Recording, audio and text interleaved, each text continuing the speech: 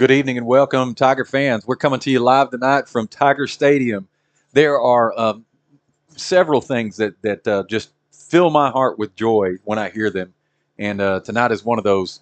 And that thing I like to hear is home game. This is a Home game. this is a home game. So we've gotten to we had more than this, but we've played two home games here. This is our second one of the year, just different circumstances, and had some really advantageous opportunities down at the stadium in Prosper, which took a couple of our home games, and then but here we are, and so we're back here at Tiger Stadium to wrap up district tonight. And on the docket, you've got the S&S Rams, Gunter Tigers versus S&S Rams tonight. And they come into tonight 3-2 in district. They've already solidified third place and are going to the playoffs. And so you've got two playoff teams. Gunner obviously winning the district here and going into the playoffs in that first seed, and then and so two playoff teams matching up tonight. We look for S&S to come in and give it their best shot. Obviously, this is always good to say on the broadcast. We are homers. Yeah. We know a lot more about the Gunter Tigers than we do about their opponent. We try to obviously be respectful, but also be informative of our listeners that may be tuning in from Sadler South Made Consolidated School District and Community. They should shorten that. They really should. Oh, S&S. That's an idea right there. Just figured it out on air. Yeah. So so it's going to be a good matchup here. We're looking forward to it. It's a beautiful night for high school football, and like I said, we got a home game here at Tiger Stadium. It's do you think it is cool enough tonight? They're upstairs, sir. Mm-hmm. Somebody's referee busted in wanting to know if we had the clock operator, and we don't. If it sounds like the DEA is raiding our booth, that's because the door is just hanging on. But it does sound like they got a battling ram when they come in here. Yeah. So do you think? And you haven't been out. You got here earlier than me, but I'm noticing a lot of hoodies that are coming into the stands tonight. It's hoodie season. Is it a hot chocolate? Is it? No. Not, okay. Yeah. Okay. Not anywhere close to hot chocolate. But it is hoodie season. It's cool tonight, But I think we're going to get maybe down in the 50s. But right now it's no humidity. I think we're in the 60s. Yeah. It's about as perfect as a day as you could have. And this has nothing to do with football. But what's the perfect temperature? Because I was thinking it might be today where you're not hot, you're not cold, you're just. I don't even notice what the air is doing. There's not even any air. That was today. Well, and I talked to Dusta this morning, and it was like at 6:30 this morning, and she's like, "This is going to be like this all day because it was warm." And I was like, I think it might be. And she's like, I got hot chocolate for tonight for the concession stand. And so, maybe it'll cool down. I see some people, pulling out some blankets and, kind of feeling that this is what I think of when I think of fall and I think of football. And it's not always that way. Obviously, the August always presents us with those really, really hot temperatures. You know what we got going right now, Dylan? Senior night. If you guys are able to tune in and see on the YouTubes, which I hope you are, and we've done some major overhaul improvements since our last streaming. One of those being that we and we by we I mean Dylan cleaned off the window, so you can see a little bit better. Keep going. And we're panning. There we go. Senior night. We're panning around and we're getting to see senior night, so that's pretty cool. Our cameraman is making his way in, so yeah, our door sounds kind of like almost like the Thriller. And there's nothing wrong with this, but you make more Thriller references than anybody I've ever known. What's wrong with Thriller references? I just said there's nothing wrong with that. I think so. Two of those have at least been this door twice. Yeah. So yeah, senior night going on tonight. And speaking of that, nobody really wants to mention this, so I will. This will be the last time that some of these that these seniors, some of these players, but these seniors take the field here at Tiger Stadium. Yeah. Unless you want to say it? No.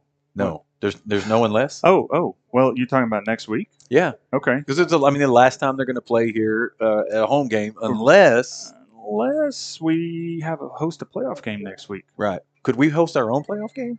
That's the word on the street. Because we apparently there are not a ton of neutral sites that are open. Now this is all secondhand from you to me, actually. Yeah. I didn't know that about the potential that we could use our own stadium, though. I think Coach Chris said that as well. Okay. So because 5A and 6A school, they started 4 weeks behind us, and so their season actually doesn't end. Regular season doesn't end until December 14th. Now that I did know. So those stadiums that we normally play in, right?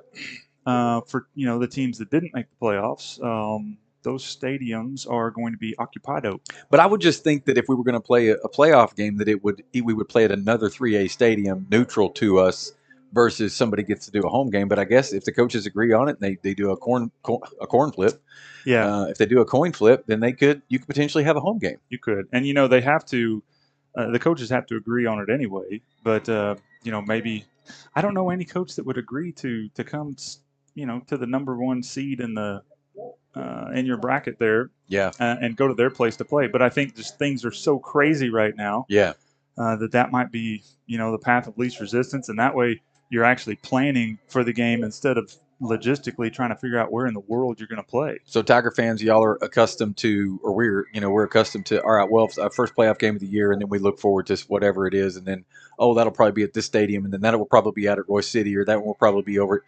None of that in the first couple of rounds is available, as Dylan said, because the 5 and 6A schools started later than we did, and so they're still playing regular season home games and things like that, and so it's an interesting dynamic to see what the playoff landscape looks like.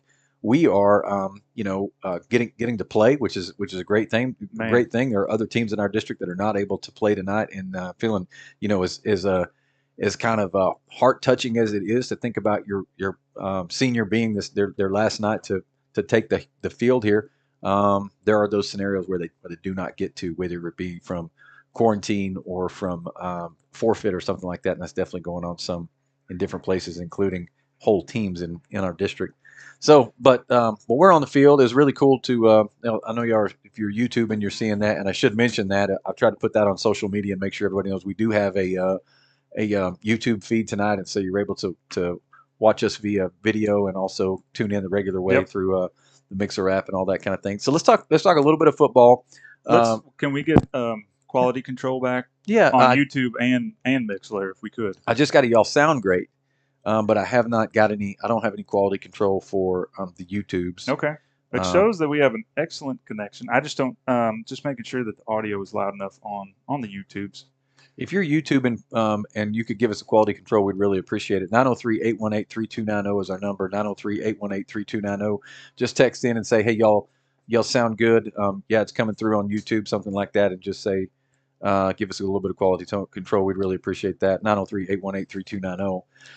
And so my first blip on the radar that put S&S on the radar for me was that they had a Texoma Land Player of the Week pretty early on in the season who was racking up some yards. I was like, goodness. So and he did it a couple times. Yeah, so this boy can play. YouTube looks and sounds good too.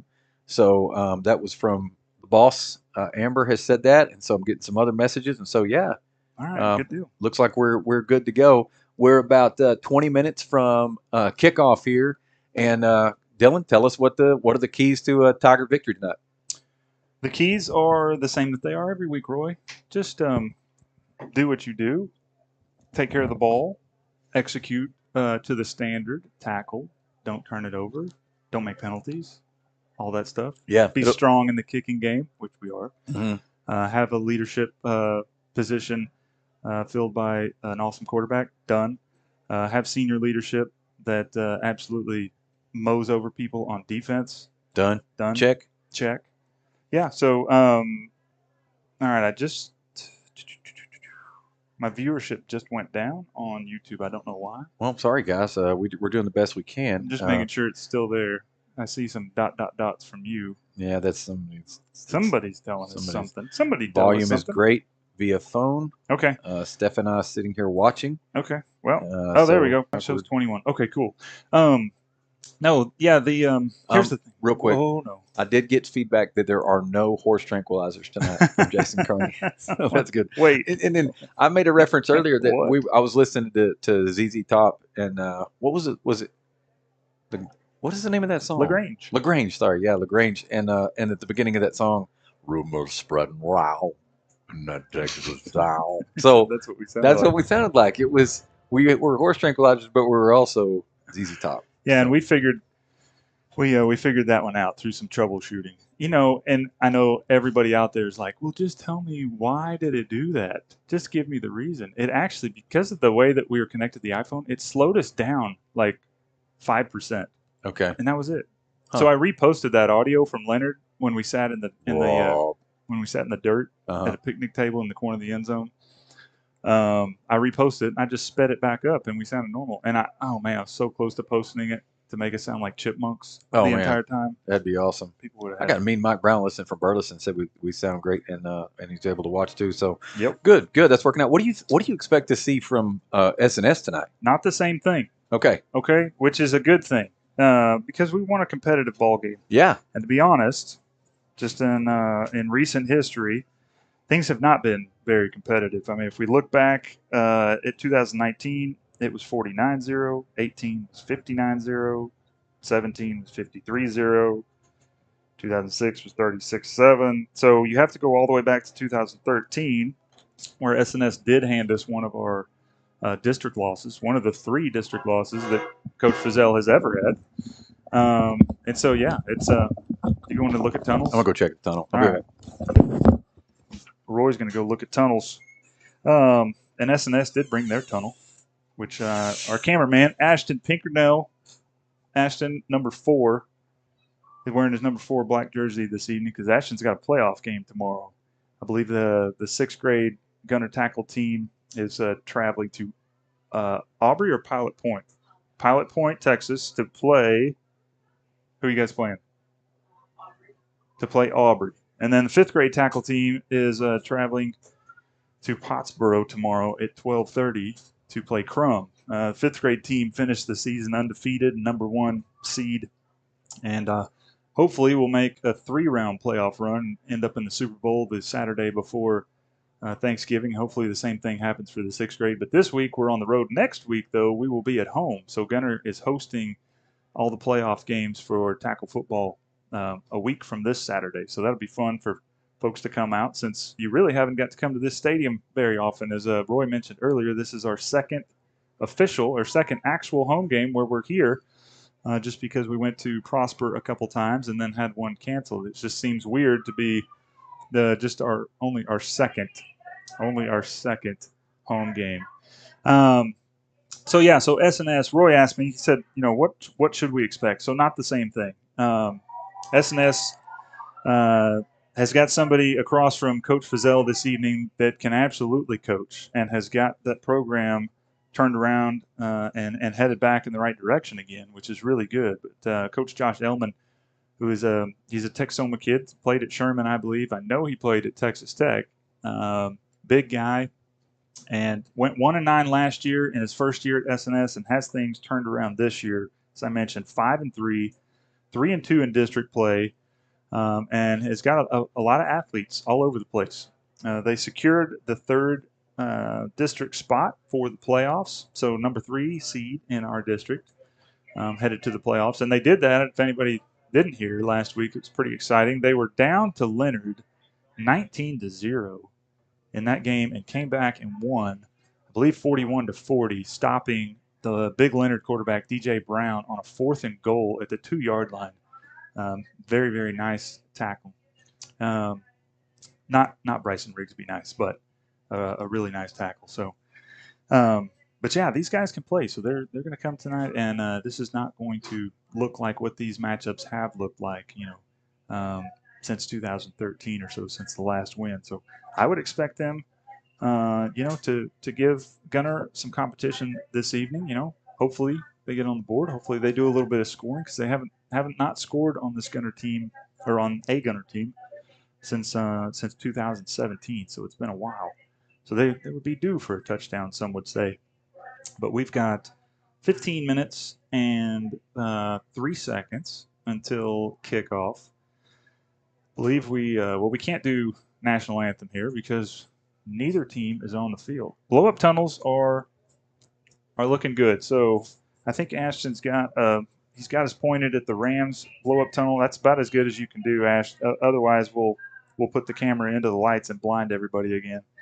But yeah, so for you guys listening at home on Mixlr, it It's a red tunnel. Their colors are red and yellow. It says Rams on the side. And then they've got a logo, which is pretty cool. It's kind of like ours. It's got the state of Texas, and then they've got their Rams logo there.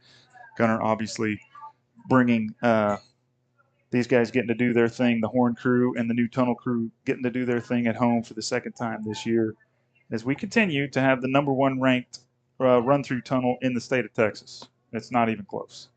So cheerleaders are lining up. See the mascot. We only have one mascot this evening, which is disappointing. So I know we missed the other mascot. So best wishes to her. Wish she was here, but I know she'll be on this long playoff run with us. So that's going to be fun. As if we look ahead a little bit to the playoffs, we'll have to see how things shake out tonight. We'll definitely keep track of scores and keep you guys updated. But we are either going to play Edgewood or Rice. So Edgewood being east, trip to east, not exactly all the way to Beast, Texas, but it is out that way. And then Rice, of course, is down I-45, south of Corsicana. Now, Roy and I were talking about it earlier. We asked, where potentially might we play? If you play Edgewood, Royce City would make sense, but Royce City has a game. So they're trying to figure that out. We'll have a lot better idea once the opponent is actually selected. We know who we're playing next Friday, and then they'll announce, location. And as we alluded to, it might be here, might be in Gunter, which would be cool. Third home game of the year, and the first time we hosted a playoff game here in the stadium. So let's see, 12 minutes and 53 seconds. If somebody can text in Roy later, can't remember his number off the top of my head. My number is 214-500-3560. If you can text in and tell me if any of the other flag teams kind of give me a report on what they did last weekend. So I know for a fact that the fifth grade flag team won their Super Bowl, played at Salina Stadium, I believe, last Saturday. So I know that they won, and I'm not sure. I think some other teams went, but I had a crazy week and didn't have a chance to look it up. So forgive me for that. But definitely want to give reports on how the flag season ended up, and then tackle obviously starting playoffs tomorrow. I don't know how many of you that are listening that aren't at the game but are actually listening, but also went to the volleyball game last night. But we traveled over to Princeton and played Emory Reigns, and it actually went 5 sets. As Emory came out and won the first one, then Gunter won the next 2, and then Emory was able to outlast them and win the 4th one, which pushed it to first to 15 and set in the 5th set. And the girls did an unbelievable job. And I would say this, I think they're one more round away from going to the state tournament. But if you guys have not watched Coach Gill's volleyball team play, you've got to go do it. It's insane. First of all, I'll say that it's absolutely insane to me. And I've seen some volleyball in the past, but nothing like this. This is very, very high level, very competitive volleyball, and every single point seems like it's sudden death. Even in the first match, it's just so intense. I was like, I don't know what the life expectancy of a volleyball coach is, but man, I wouldn't last 5 years. The rest of my hair would fall out. So it's crazy, but what an environment! It was awesome. You can see the girls really, really play well together as a team. Much like Coach Fizell's teams, there's a brotherhood there. Their family, you can tell that on the volleyball court as well. Their sisters, their family, they got each other's back, and very, very talented. And this very, very cool to go and watch that. And then we wish them luck, as they continue. I think obviously they'll have a game next week, and I want to say that they are playing maybe Sabine. Somebody might be able to correct me on that. But yeah, so if we look at this game as we wait for Roy to get back from his tunnel inspection, 10 minutes left. Let's go down the roster for your Gunter Tigers in their last home game. I'll call that the seniors. Senior night is sad, but one thing that is crazy about this team is we really just don't have a ton of seniors. We have 6 seniors, so 6 seniors to be sad about. Instead of next year, if form holds and all the juniors come back and play next year, we don't pick up anybody else. I mean, we have 17 juniors, so they'll have to start senior night, at 11:30 in the morning next year. Going to have quite a bit to get through. But going down the roster, number 2 quarterback, junior, Hudson Graham leading things. Will also play some cornerback and defense this evening. Number 3 is senior Ben Wilcox, slot and linebacker. Number 4, leading your Tigers in tackles this season, KK Rigsby, as a junior, listed as wideout, and defensive back. Number 5 is freshman Cannon Lindbergh, shot out of a cannon. Cannon plays wide receiver and free safety, coming in and backing up for Cooper. Number 6 is Cade Dodson, the other freshman on the team, also wide receiver and cornerback, both kids with unbelievable speed. Number 7 is your junior Cooper Wade. He'll be holding down the fort at the safety position like he has for so many games. Number 8, speedster Ethan Sloan, sophomore, slot and defensive back. I'll expand on it a little bit later if we've got time. But Ethan and Hudson and Trey Oblas came out and helped us with practice with our 5th grade team this week, and it was really cool, very cool. And then Ethan came back the next night. He liked it so much. I would say Ethan, once he finishes his career in the NFL, may have a future in coaching. They did awesome. Number 9 is Cole Lemons. We call him Lemon Chill. He's a junior slot and defensive back, leading the team in receptions, touchdown receptions, and receiving yards, doing it all. Also leading the team in interceptions. So pretty much anything that involves catching a ball, Mr. Cole Lemons is going to be at the top of that list. Number 10 is Dakota Lowry, wide receiver and defensive back. Number 11, Adam Reed, sophomore, wide receiver, outside linebacker. Number 12 is the human football, Mr. Ivy Hellman, sophomore, wide receiver and free safety. Number 14 is senior Cade Roller, wide receiver and defensive back. Number 15, Mario Cuevas, wide receiver and defensive back. Number 18, here's a senior. He's got a lot of games. Number 18 is Mitchell Brewer, backup quarterback and middle linebacker. I was looking the other day. I've got his count on here, his total games played, because Mitchell came up and played some as a freshman in that 2017 year. And let's see, where can I find that? Put all this together this week, and now I can't even find it. So 40 games played for senior middle linebacker Mitchell Brewer. Number 20 is another senior with a ton of games also, Martin Garcia, slot defensive back, listed as slot defensive back, but plays defensive end and is the 9-time winner of the Pressure Cooker of the Week award, which is a fake award that we give out, but he's in the backfield so much, disrupting offenses and applying pressure where he can. Number 22 is Eric Tapia, junior tailback, speedster, also playing some linebacker. Number 25 is junior Saul Rodriguez, playing tailback and linebacker. And number 25, Saul Rodriguez, is the brother of Carlos Rodriguez, if you remember Carlos from that 2016 state championship year. And the reason I bring that up is because Saul came out of the locker room the other day, and I thought, why is Carlos here? He looks just like him. Number 32 is a Raging Cajun, Ashton Bennett. He is a junior playing running back and defensive end. Or I'm sorry, Ashton is a sophomore. I got ahead of myself. Almost chipped him out of a year. And Ashton Bennett leads the team in total yards, carries, and rushing touchdowns. What do you think of the tunnels? Well, the tunnels are looking good. They're looking strong. S&S's is not looking quite as strong in my opinion, but it's strong. Yeah, well, I said earlier when you were inspecting them that the Gunter Tunnel is the number 1 ranked run-through tunnel in the whole state of Texas. In the whole state? Yep. That's Big not even deal. Close. Well, let me go quick on this. Number 40 is Isaac Villanueva. He's a sophomore. He plays tight end and linebacker. Number 50 is junior Sean McClure, playing center and defensive tackle. 51 is Grayson Tony, junior, playing defensive tackle and offensive guard. Number 52 is senior Brandon Wilcox, offensive line and defensive line, brother of number 3 Ben Wilcox. Number 54 is junior Lane Dofite, offensive line and D-line. Number 55 is Trey Oblas, and we're going to talk about this in just a little bit. But Trey had a pretty exciting week this week. Mm-hmm. Trey's going to play offensive line and D-line this week. Number 56 is junior Harper Colt, offensive line and defensive tackle. Number 59 sophomore Nolan Bakshies, offensive line and defensive line. Number 60, Jacob Hales, O-line, backup center and defensive tackle.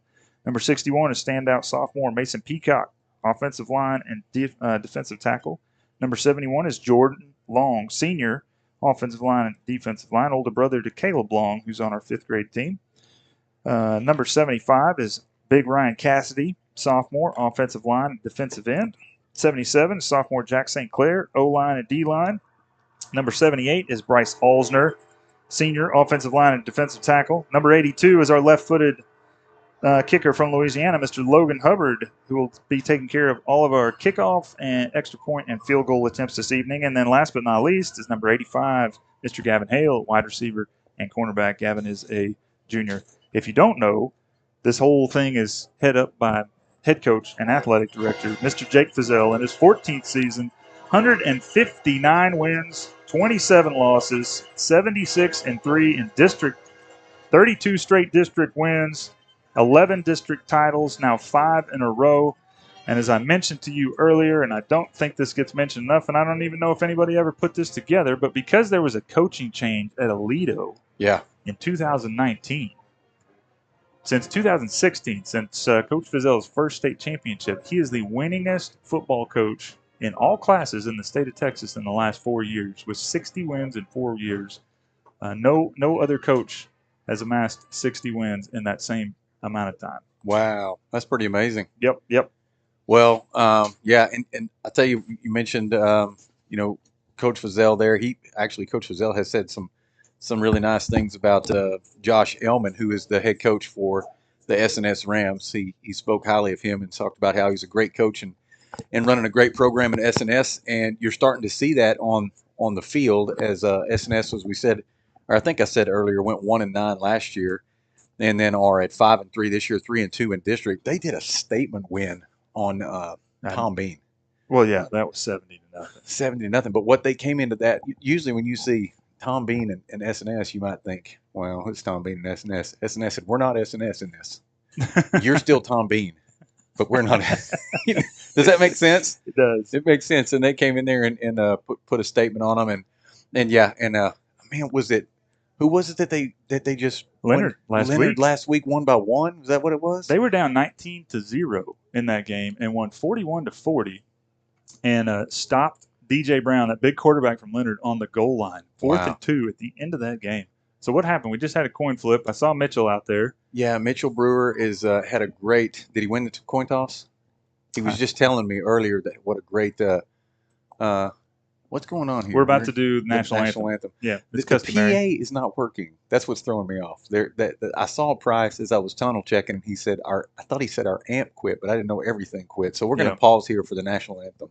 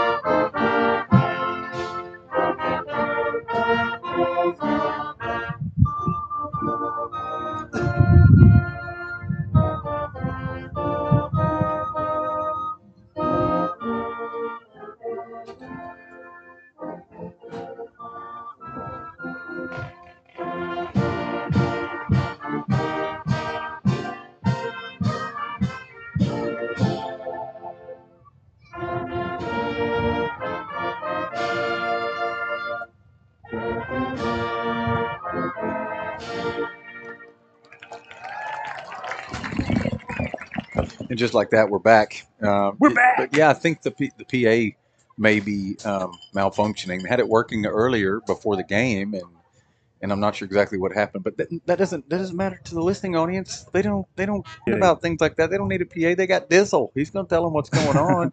Wait, no, that's your job. I got Ethan's great uncles. Auntie Shannon's uncles are from Simpsonville, Kentucky, listening, and Lincoln, California, with the Sloan family, and then. Not to be forgotten, Aloha, watching the game on YouTube. Hey, Stacy sent the link there all the way. The internet's going all the way to Hawaii. How do they do that? Do they get I don't a know. bird and just send him west from San Diego? Probably so. And he carries the cable there?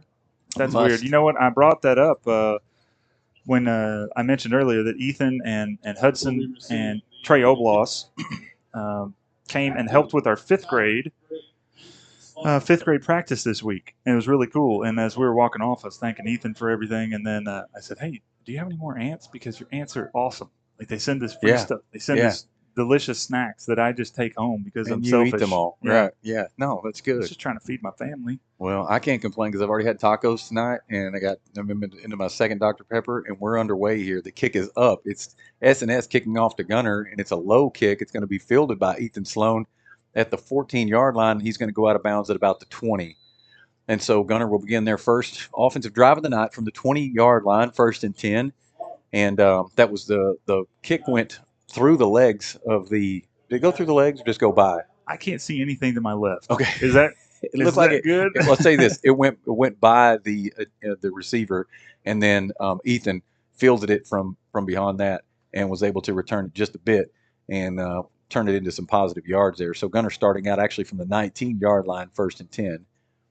Pistol formation, trips to the left, and the ball is on the turf but picked back up. Sorry, it was quickly in the snap exchange. It was fumbled there, and then Hudson Graham was able to recover the fumble, pick it up, and tried to run it to the right, but went out of bounds for no gain. And so we're going to have maybe a loss of a yard. Yeah, a loss of a couple of yards. So 2nd and 13 here for Gunner as our first snap of the game was a bad exchange and fumbled, but took a good bounce there, and Hud Graham able to pick it back up. Pistol formation here. And here's the snap. It's an option. It's going to be a pitch out to Ethan Sloan to the left. He's going to turn the corner and pick up some nice yardage for a first down. And gets all that back and then some. First down for the Gunter Tigers. Ethan Sloan on a pitch to the left. It was an option play, and Hudson Graham did a good job of selling that. And then, man, he gets it in the hands of Sloan, and he turns on the burners and picks up a big first down. So we're down to the 30-yard line, 1st and 10. Quickly back to the line of scrimmage. Trips right for Gunter. Hudson Graham rolling to his right now, looking out, going to have to run it on his own as he's under some pressure, but he's turning this into positive yards and almost picks up another first down. I think he was about 1 yard shy, so I think we're going to see 2nd and 9 here. That's good. I haven't actually watched any of it. Yeah, because I'm trying to. Something's wrong with my little scoreboard thing here. 2nd and 1 now for the Tigers.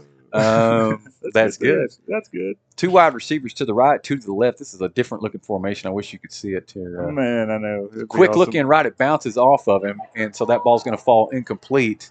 Actually, let's see what they're trying to figure out if they want to signal that to be S&S ball or not. As bad things happen? No. Okay, it was maybe potentially a pass backwards, and but it's not going to be S&S ball. It's going to wait. Hold on, he's going back. Well, what's he going to do? Referee is going back, trying to figure out where the ball should be placed, either for Gunner or for. Okay, goodness gracious, this is. Hey, but good news, I got this little thingy working. Good news, you got the thingy working. Looks like it is Gunner ball, but a tremendous loss on the play. So that was ruled a fumble. What happened?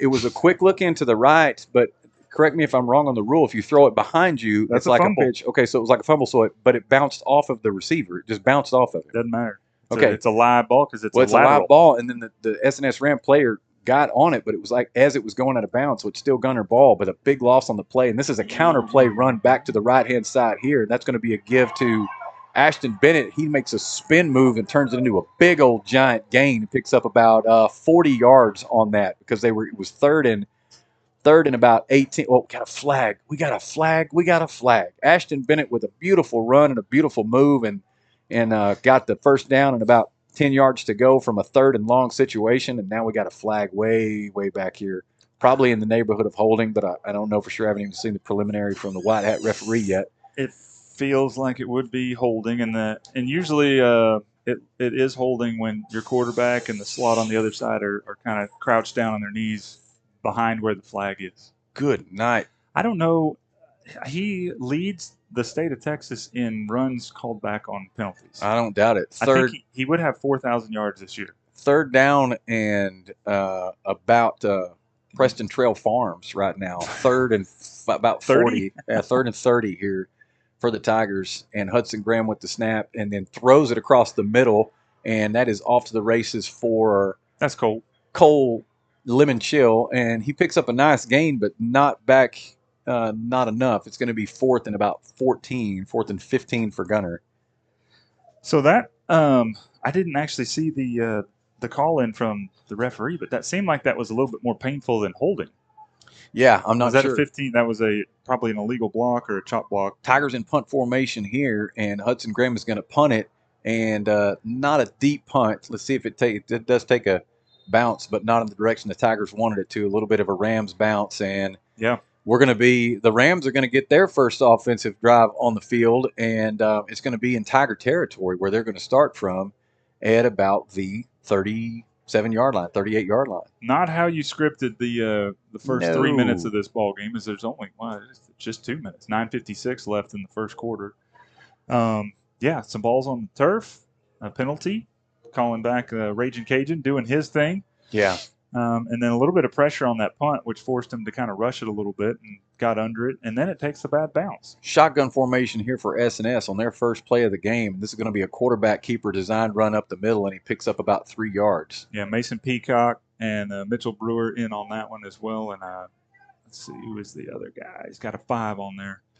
That's Mr. Lane Dofide. But very sure tackling happening, which is going to be key for the evening. Shotgun formation here for S&S as they give it to the running back to the right-hand side this time, and another short gain of about 2 yards. So we're going to be at 3rd down and 6 now. 3rd down and 6 for the S&S Rams. If you're just tuning in, your score is 0-0. And S&S Rams in Tiger territory. 2-by-2 look here for the Rams. Here's the snap. It's going to be a design run for the quarterback up the middle, but nothing really doing there. He might get back to the line of scrimmage, but hit hard by that Tiger defense. Yeah, and that's your multiple Texoma Land Player of the Week, Jake Reynolds, number 9. He's a load, big fella, and it took a bunch of guys to get him down. You see when he pops up, he looks bigger, and he looks like he's taller than Mason. Yeah, Mason's a big kid. Yeah, he's a tall young man, and there's quite a bit of size on the line there for S&S as it's 4th down now for them. 4th and 6. 4th and 6, and they have got trips to the right this time. Shotgun formation for S&S. Quarterback now rolling out to his right. He's going to try to throw it. Tosses it up there and overthrows his intended receiver, and it falls incomplete. So it will be Tiger ball. Tiger offense now going to come back out on the field, and that's a good thing, Dylan. That is a good thing, and they have a pretty decent kicking game. I was looking at some film, and their guy can kick it a little bit, but that right there, I don't know what the wind's doing tonight. We don't even have we do have the flags up. It's not moving, but that's out of his range, and then you're really too close to try to punt. Although, who was it? Some NFL team. Oh, no, I'm sorry. It was Baylor. Last week, Baylor was like on the 22-yard line and punted or something like that. Wow. And that was a touchback. Wow. It was like a net -2 or something. 2 wide receivers here to the right with 8:22 left here in the first quarter. Tiger offense on the field. This is going to be a give up the middle to Ashton Bennett. He bounces it around to the outside, still on his feet, everybody having to come and try to take him down. Got a flag on the play late at the end of the play, and that's probably going to go against S&S. I'm not sure what it was, but just in the neighborhood of where the flag was thrown, I think that's probably what's going to happen. Maybe a face mask, which could add a lot on, but that was about a 20-yard pickup there by Ashton. And, kind of a replay of what he did the first time he got the ball, only the last time the flag was against Gunter. This time it's going to go against the Rams and add some more onto the end of that play, which was already a big gain for the Raging Cajun. Yeah, almost going to get them into into the Popeyes spicy chicken sandwich red zone. They're almost into the Popeyes spicy chicken red it's zone. Hard to say. 27-yard line here for the Tigers, and they've got 2 wide receivers sent out to the left. Here's the snap. It's going to be a give to Ashton up the middle. This time he's going to be stopped by the S&S Ram defensive line. They never did actually tackle him, but they did hold him up enough to get a whistle blown. Yeah, big senior, number 76, Ethan Thomas. Not a small man. No, I got him coming in at 265, and that might be on the light side. He looks bigger than 265. 7:40 left here in the first quarter. Your score is 0-0. But Tigers looking to change that on the 24-yard line. 2nd and 8 now for the Tigers as they send two wide receivers out to the left, one lone running back behind Hudson Graham in pistol formation. This is a give to that running back. It's another give to the Raging Cajun, and he's rumbling, bumbling, stumbling down to the 10-yard line where he gets that first down. And this is not what you want if you're a Ram fan, because you've got first and goal now for the Gunter Tigers. Yep, doing it all on this drive. He's got all 45 yards all on the ground. He is the leading rusher on the team, which I've mentioned that a couple times. Mm-hmm. He leads them in carries and touchdowns and in total yards. He's got 530 yards on 64 carries. He averages 8.28 yards per carry. 2-by-2 look here for the Tigers. Pistol formation. Here's the snap. It's going to be a keeper by Hudson Graham, and he's bouncing around to the right side, met by the S&S Rams, and about 3 or 4 of them are able to take him down before he punches it in for a score. Yeah, that was close to him actually getting it in there. It took 4 of them. He still wouldn't get tackled, though. You know why? He never skips leg day. He doesn't. He does strong not. Kid. He's a very strong kid, and because he's so tall, I think sometimes deceptively strong. But he's got like that almost that Eric Dickerson strength when he gets off and running. And so Tigers now with a packed house formation here, and they're going to give it up the middle, and that ball is going to go in for a Gunter Tiger touchdown. Gunter Tiger touchdown. Tigers score first. It looks like the Raging Cajun. It is. It's the Raging Cajun with a bowl of gumbo in the end zone. 6-0 is your score. Tigers on the board first. 6:21 left here in the first quarter. And the Raging Cajun doing it all, including putting points on the board. Ashton Bennett is his legal name. It is. I was listening to the broadcast that we did last week over the weekend, as I always do, just to make sure we didn't say anything stupid. We always do. And we completely did. And Jake was in the car with me, and he said, you just say their first names? You think everybody knows who you're talking about when you say KK or Butter? That's true. That's true. So, sorry. Well, this young man is named Logan Ray Wiley Hubbard, and the extra point attempt is good for Logan Hubbard. And so that brings our score to 7-0. Tigers leading, 6:21 left in the first. I'm telling you, Dylan, we dodged a big bullet there when we got to a fourth down situation and got a short punt, and then man, S&S was their offense was on the field from the 40-yard line, and you're thinking, man, don't let them get on the scoreboard first. Gunter Tiger defense, they said, no. Not today. Not today. And then they got the offense back on the field. A drive that consisted of a lot of great things, named Raging Cajun. And so he took us all the way down there. Hudson Graham got in on the action there, too, with a nice run. But, Raging Cajun punching it in, and he looks like they don't have an answer for him, is what it looks like so far. What do you think? Well, he's fresh.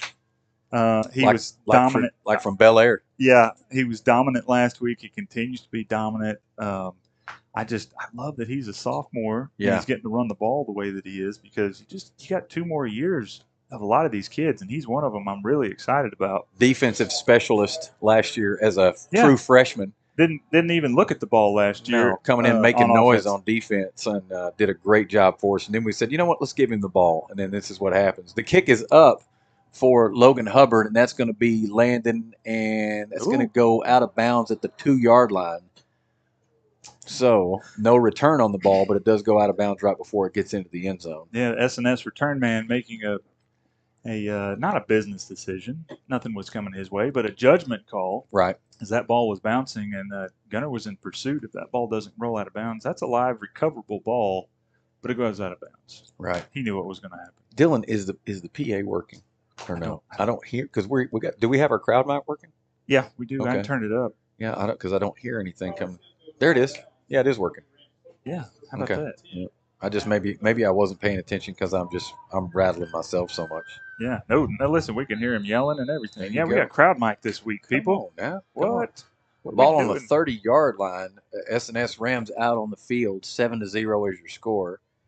2 wide receivers out to the right, 1 to the left. Shotgun formation. This is a snap, and it's going to be a give to the running back to the right side. I saw one heavy hit from the Tiger defense met by several other Tiger defenders.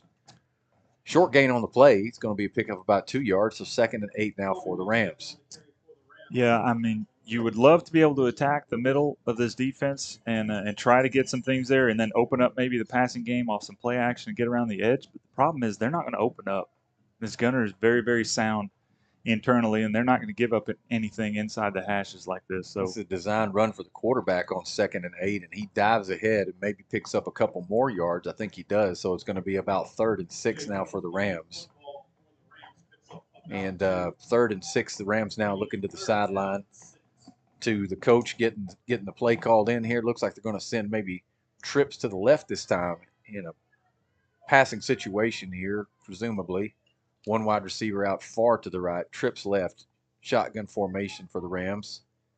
There's the snap. Quarterback drops back. Tigers in pursuit, and he throws it ahead, but that's going to fall incomplete. He thought he had something on the screen there, and nobody looked towards the ball. The screen was set up beautifully, and he had nothing but blockers over there, and maybe one guy who thought he was a blocker because he couldn't get to the ball. Yeah, so but everybody. Man, that was really executed nicely. That was about to be big time trouble. Yeah, but the ball hit the turf, and so they go in and call that incomplete. Yeah, that's going to bring up 4th down. That's the thing about that. I like the play call. 4th down over 2. I like it was well executed, just falls incomplete. And so 4th down and 6 now for the Rams. Tigers leading 7-0. Punt formation here for the Rams. Here's the snap. It's a low snap. Bounced off the turf. He's able to gather it. Fair caught on the 40-yard line by Hudson Graham, where the Tigers will begin their offensive drive. Almost looks like that guy has played baseball before. Yeah. Which he has. He knows what he's doing. Yep. 903-818-3290 is our number. If you'd like to tell us who you are and where you're listening from, if we've not yet heard from you tonight, we'd love to. 903-818-3290. Tell us who you are and where you're listening from. 1st and 10 for the Tigers. The Gunter Brewhouse is watching. Come on. But not listening. No. Do you want to know why? Because they don't like us. Well, yeah, that could be it. But I don't have a definitive answer there. They're playing ZZ Top. They're karaokeing. Oh. But she wants to know if that's a word. I'm not sure if karaokeing is. I think it's karaoke. Just karaoke is the actual word. Well, it's the verb tense. It's the verb usage of the word karaoke. But it's karaoke. Also a noun? Yeah, it's a noun, and then it becomes a verb when you put an ing on it. But here's a noun for you. Cajun, the Raging Cajun. Proper noun. He is a noun. And he's a verb. When he gets going, he gets raging and he gets Cajun, and he just picks up a 1st down for the Tigers as he dives ahead, doing what he wants to do every time he gets the ball. So should I text the Brewhouse back and tell them that they didn't hear our shout out, but we did one? Tell them they didn't hear our shout out. Tell them that karaokeing is a verb if they use it the right way. This is going to be a pitch, though, to Sloan to see if he can turn the corner, and he does. And he's going to pick up about 8 or 9 yards himself before he's finally brought down. Brought down by big number 10, Chase Sloan. I don't think he's related to Ethan. 2nd and 1 now for the Tigers as they lead 7-0 with 4:28 left here in the 1st quarter, looking to the sideline to get the play. 2nd and 1. You like your field position here, and let's see what the Tigers draw up for a play. What would you run here? I'd quick punt. Pin them deep, get a safety, and then you get 2 points and the ball. Interesting strategy there, Dizzle. They run a pass play. Quarterback rolling out to his right now, throwing deep. He's got a man, and that pass is going to be broken up, intended for the human football. Ivy Hellman falls to the turf. I got Q, Caroline, Zach, and Parker watching from Fayetteville, Arkansas. Caroline is in there. Yep. There we go. That's awesome. Yep. Jill Seiler watching and listening while in the quarantines. Yep. Can't be here this evening, but the whole Seiler family is watching. 3rd and 1 now for the Tigers, and they're looking to the sideline, getting the play. I mean, you took a nice shot there down the field. I didn't see who the intended receiver was. Ivy Hellman. Okay. I said that. Yeah. The human football. The human football. Packed house here for the Tigers. Pistol formation. This is a pitch now to Ethan Sloan. He bounces around to the right side. Definitely got his 1st down and a little bit more. Lowers his head before he goes out of bounds. Drawing the contact. You like to see it from Sloan. Man, that young man is fast and runs the football well. 1st down for the Tigers. They're moving the chains. Yeah, looks like he picked up about 17 yards on that run there. Oh, I got Beverly Herrick listening, and she says, how can I watch? Beverly, I'm about to have a link coming your way from the YouTubes. Watch this, yeah. Tiger offense moving. 1st and 10 for the Tigers. They got a man in motion as Ivy Hellman, but this is a pitch to Ethan Sloan, and he's running to the left side. Takes to the air to get some extra yards. Nice piece of running there, and what could have been a wall that most people would have tried to go around. He says, I'll just go right over it, and picks up about 4 yards. 2nd and 6 now for the Tigers. Let's see here. I may be giving a little too much. It might be 2nd and 7. Yeah, that's 2nd and 7 for the Tigers. You're optimistic. 7-0 is your score. Tigers leading, but they are on the 25-yard line looking to extend that lead. Pistol formation for the Tigers. This is Hut Graham. He pitches the ball. It hits the turf. It looks like that's recovered, though, by Ethan Sloan. Scary moment there for the Tigers as that ball was loose. Yeah, very scary moment as that was a free safety came free on a blitz there is what it looked like to me. And he got in there. Oh, man, he did get in there. That was a setup for a triple option, which probably would have scored. Got in there making some noise. I got Mitchell Brewer's grandmother listening all the way from Colorado. Thank you, ma'am. Hey, do you know that there's 2 minutes and 40 seconds left in the first half? In the first quarter. First quarter. I'm sorry. I didn't know if we'd said that. Yeah, 2 minutes and 35 seconds and counting. Trips to the left as we have 3rd down and 11 for the Tigers. Hudson Graham looking to his left now, rolling to his left, and he's going to try to set up and throw, but then having to think better of it and take off running. Takes to the air himself before he finally goes out of bounds. It's a little too much air time right there, a little too much hang time for Hudson Graham. He was up there. Yeah, he was. They're going to mark him out at the 24. He must have stepped before he jumped. 4th down coming for the Tigers, 4th and 5 as they look to the sideline. Let's see what we do here. We know we've got a big Hubbard leg. Yes, we do. I don't think that they are looking to find him. I really thought that he got closer to the 20. I thought it was going to be a 4th and 2. He must have stepped out. But sometimes you just got to give it to him because it looks so cool. Right, he jumped from Kerfoot and landed on Tiger Lane. Pistol formation here for the Tigers. This is a pitch. Now it's going to be, it looks like he's going to set up and throw, and now he's going to have to take off running for it, and he's not going to get it. Give him a horse collar. They wanted a horse collar. I don't think that they're not going to get it. They're not going to get the flag for horse collaring. That line judge shaking his head saying, no, sir, he did not get his hand inside of the back pad there. He definitely pulled him from the back. That's how they tackled Ethan Sloan on that run. And so a turnover on downs for the Tigers. The halfback pass was just not there, and that's what they were looking to do. And Ethan took off running, and he's got that explosive speed. Looked like he was going to run a little bit and then maybe set up and throw again, and had to just take off on his feet and not able to get the yardage needed. And so turnover on downs. Rams offense coming back out onto the field. Well defended on that play. And the actual rule, it's not that you have to have your hand inside. It's just anywhere up on that nameplate is, and everybody over there thought it was, but somebody in the band threw a flag. That didn't seem to count, though. 2 wide receivers to the right for the Rams. Flag's coming out now. A little late. Late. That's late. Doesn't count. 2:15 left here in the first quarter. Tigers leading 7-0. Wow, a lot going on. It's kind of tense. That's going against the Rams, so back them up about 5 yards to about the 18-yard line. A lot of field in front of them. They're back in Tiger territory, and this is going to give to the running back to the left side. I don't think he's going to get back to the original line of scrimmage. Maybe a pickup of 3. Yeah, that's a pickup of 3, and that's a tackle by Lane Dofide, 54 for Gunter, who did it all by himself. That goes down as a solo tackle. Lane Dofide with a nice tackle there as we've got shotgun 14. formation, 2nd 14, 2 wide receivers to the left, 1 to the right. Flag coming out again. Moving again. We're moving again. Moving the wrong way, S&S. 1:51 left here in the first quarter. You're right. It is tense. It's intense. And it's this election. It's everything. Is there one of those going on? It's intense. It's like camping. Will somebody write me a letter when they know who the president is? Yeah, it's just I'll get it in the mail.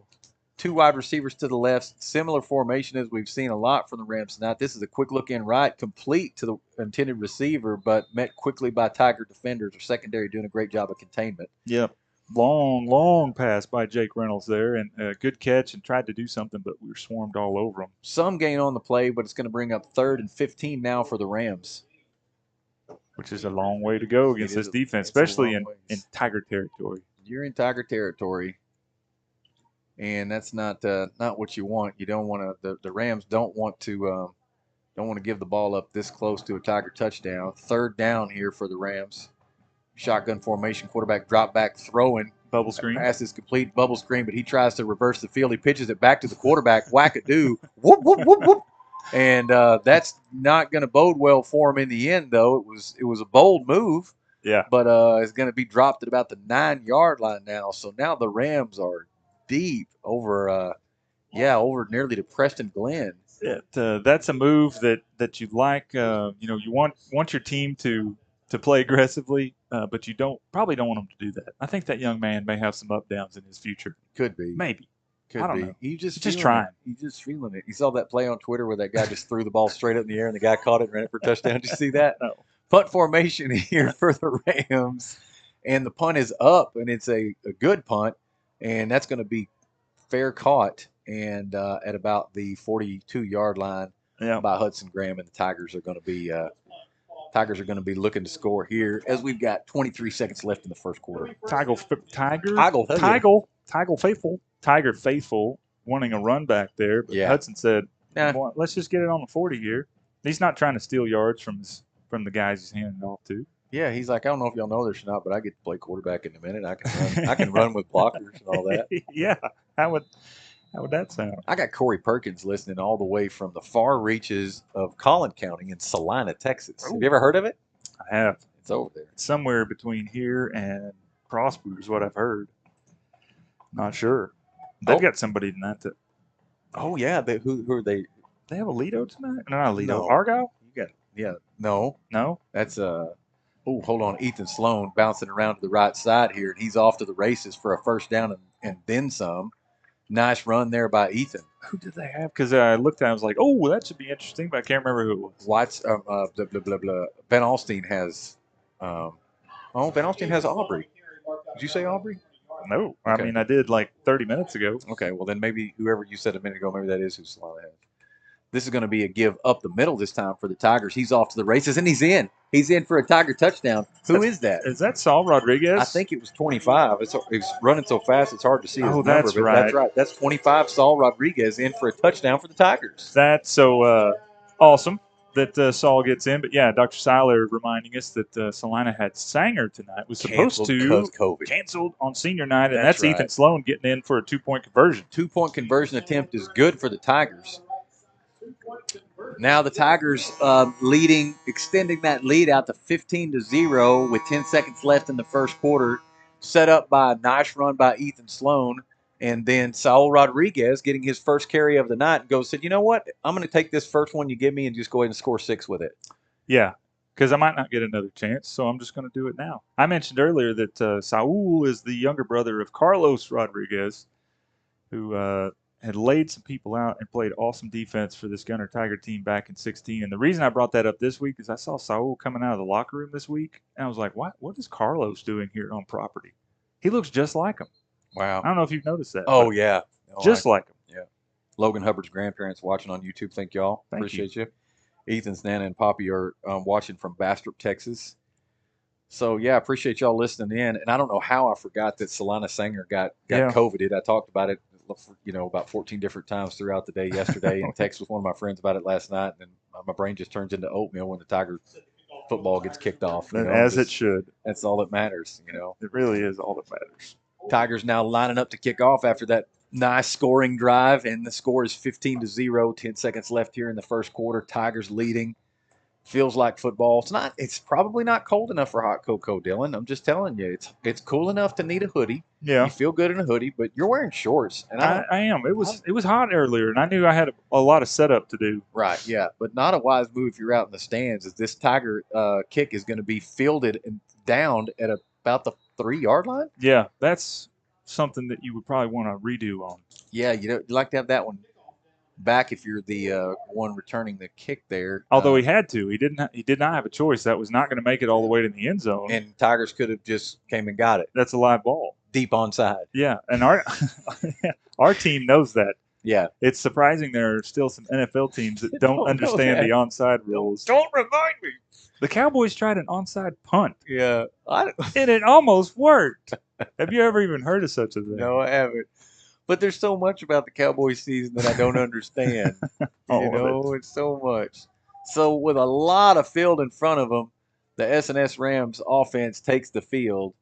2 wide receivers to the left, 1 to the right. They've had, in shotgun formation, had trouble moving the ball thus far. Let's see what happens here. It's going to be a give to the running back underneath, and he's going to move ahead. It is positive yards on the play and kind of moving the pile. Let's see where they place him. I think it might be a 2-yard pickup. That's going to be the end of the first quarter. End of the first quarter. So that's 25% of the game done, Dylan. That's exactly what that means. That's a math brain right there. That's right. That is. You're welcome.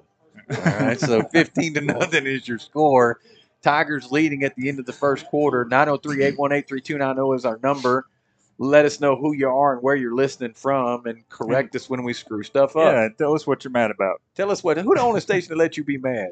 Have I told you about that before? I used to listen to this hip hop station in Dallas. It was 97.9 The Beat. That's what the DJ always said. He goes, 97.9 The Beat. And he had this segment where he had people call in and tell him what they were mad about. And people just recorded like, I'm mad because my order didn't get ready or whatever. And he goes, and then they get all the way done. He didn't even give commentary. He goes, who's the only station that let you be mad? And then they would reply back, 97.9 The Beat. So we'll let you be mad. Now you don't need that. You have social media. Just right. That's different. True. That's true. That was probably. You can let everybody know all the time. 2000 or something when 97.9 The Beat when I was listening. So yeah, now you can just be mad all the time. Up to the minute, live broadcast of what you're mad about. What you're mad about. Yeah, really, don't tell us what you're don't mad tell about. us. I don't care what you're mad about. I mean, I care about you. I just don't want to hear what you're mad about because I'm so upbeat. Yeah, and it's Friday and we're playing football. And the Tigers are winning. It's November. And to answer your question, is it cold enough for hot chocolate? And no. Yes, I think it is because the concession stand is selling it. Not that anybody is listening to us and would, not go buy it because of something you said slanderous towards hot chocolate. Shotgun formation, just real quick, and they give the ball to the running back, do the SNS Rams, and it's a nice little gain right there. And on second down, and they picked up 2 yards, so it's going to be about a 4-yard gain. I think they're going to give them third and about 4, maybe 3. 6. Let's see what it is. Third down now coming for the Rams. We should probably just call the game. Yeah, I'm just trying to keep the folks updated, Dylan. 2 wide receivers out to the left, 1 to the right. Shotgun formation. Quarterback looking to his right. Throwing falls incomplete. So what are we going to say? If it's cold enough to hang a deer, then it's cold enough for hot chocolate.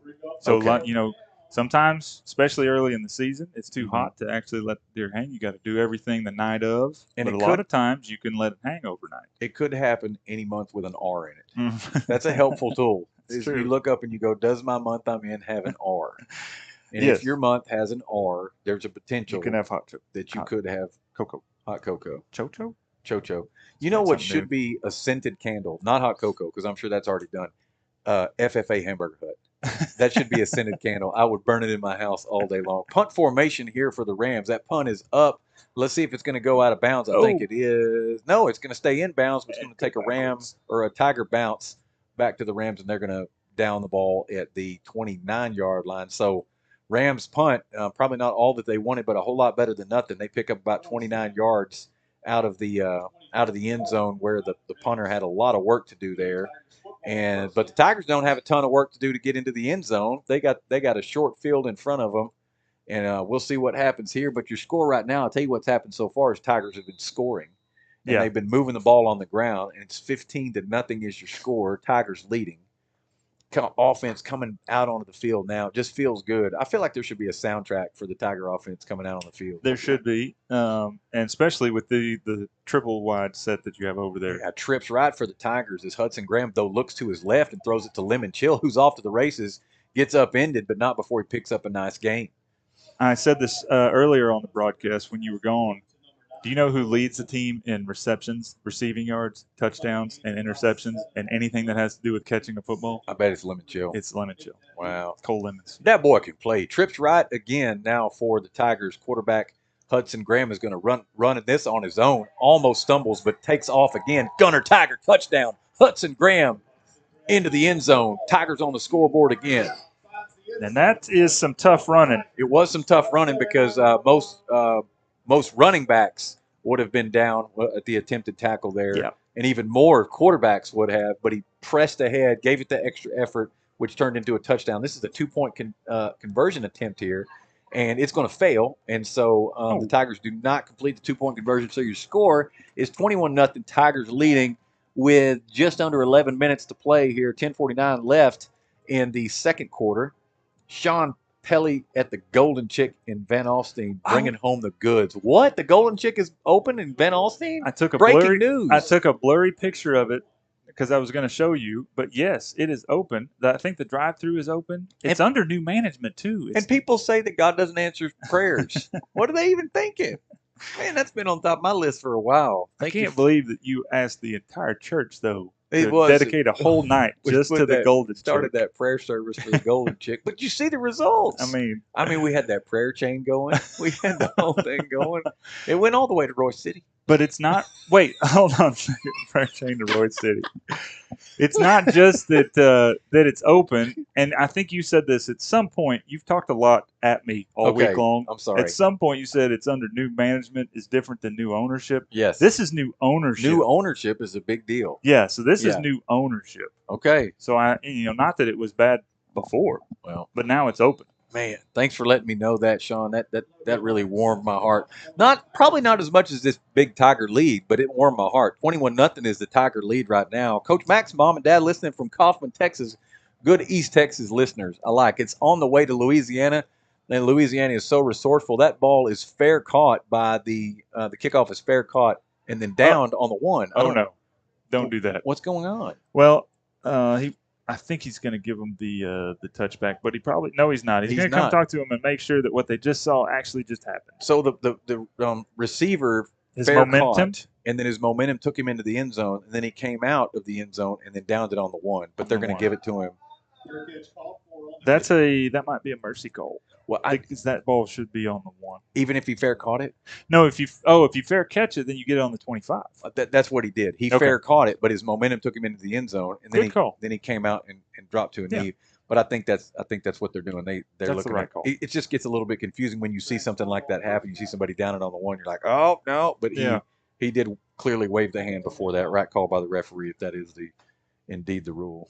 Is there a more panicked position than kick returner, punt returner? My goodness. Everybody's running all the things that can go wrong. Two wide receivers to the right, one to the left for the Rams. Quarterback is going to keep it this time and run it up the middle and get positive yards. Picks up about 3 or 4. Yeah, maybe a busted play there. It looked like he was trying to hand it off, and the guy he was trying to hand it off didn't want to have anything to do with it. So he just took it himself, and actually that's not a bad pickup. Got the blue flu right there. So 2nd and 6 now for the Rams as they looked at the sideline to get their next play. Tiger Band is stationed out on the track tonight and keeping things under wraps out there and, able to space out and also leave some room for more Tiger fans in the stands. We appreciate all that they do. Quarterback dropping back, looking to throw this time for the Rams, but he's swallowed up by the Tiger defense. Who got to him first, Dizzle? Oh, man.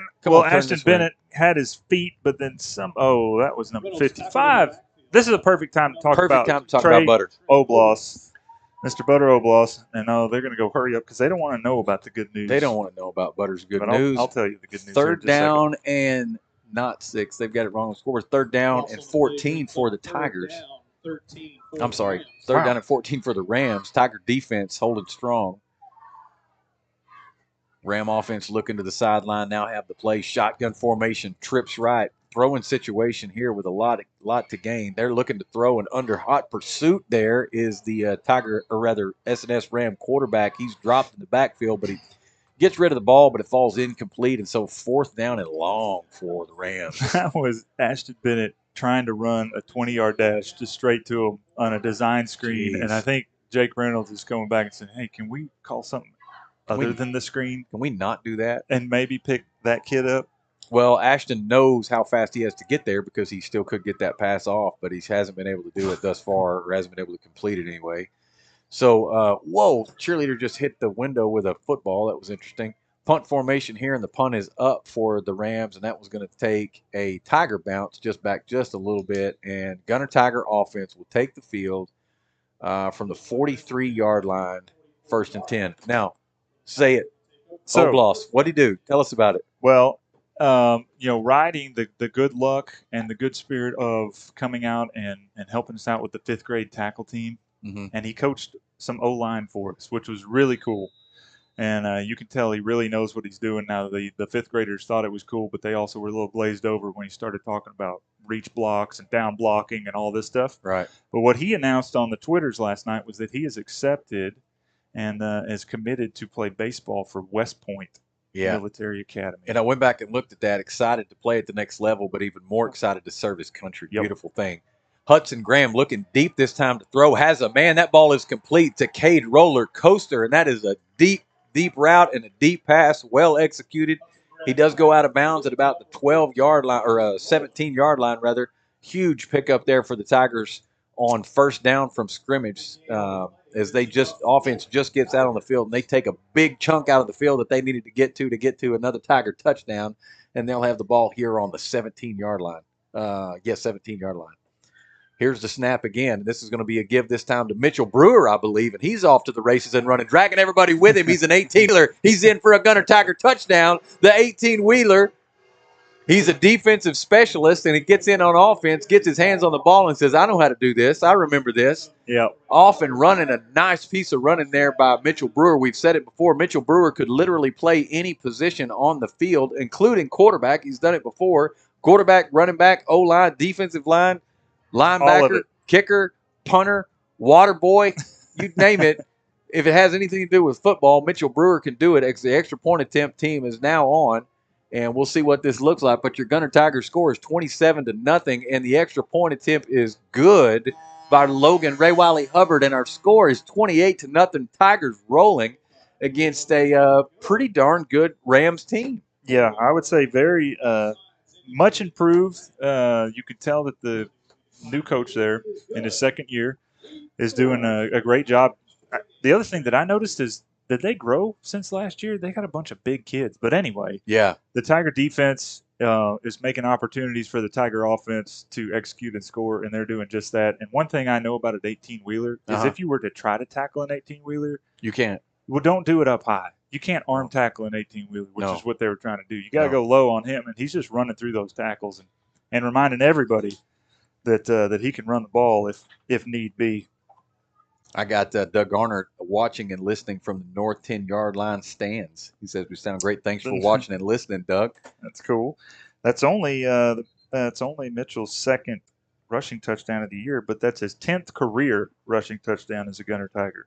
Wow, having some fun tonight as his last home game as a Gunter Tiger. Mitchell's put a lot, maybe, unless we somehow get to play. I'm just skeptical of the whole idea of getting a playoff home game. It sounds insane. Yeah, it sounds absurd. This is going to be a kickoff now by Hubbard, and that kick is up. And this is going to be a deep kick, and that is going to go. That one is going to go into the end zone, and so it will be a touchback for the Rams. You mentioned that earlier, Dylan. Yeah, I don't know of anything that's more difficult on the football field than playing kickoff return.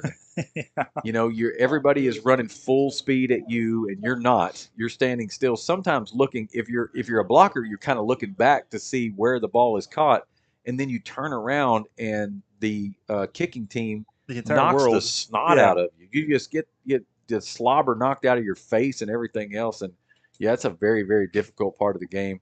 So. Shotgun formation, no, here for the Rams as their offense is now back out onto the field. Quarterback keeper, he takes off running on his own and picks up a couple of yards.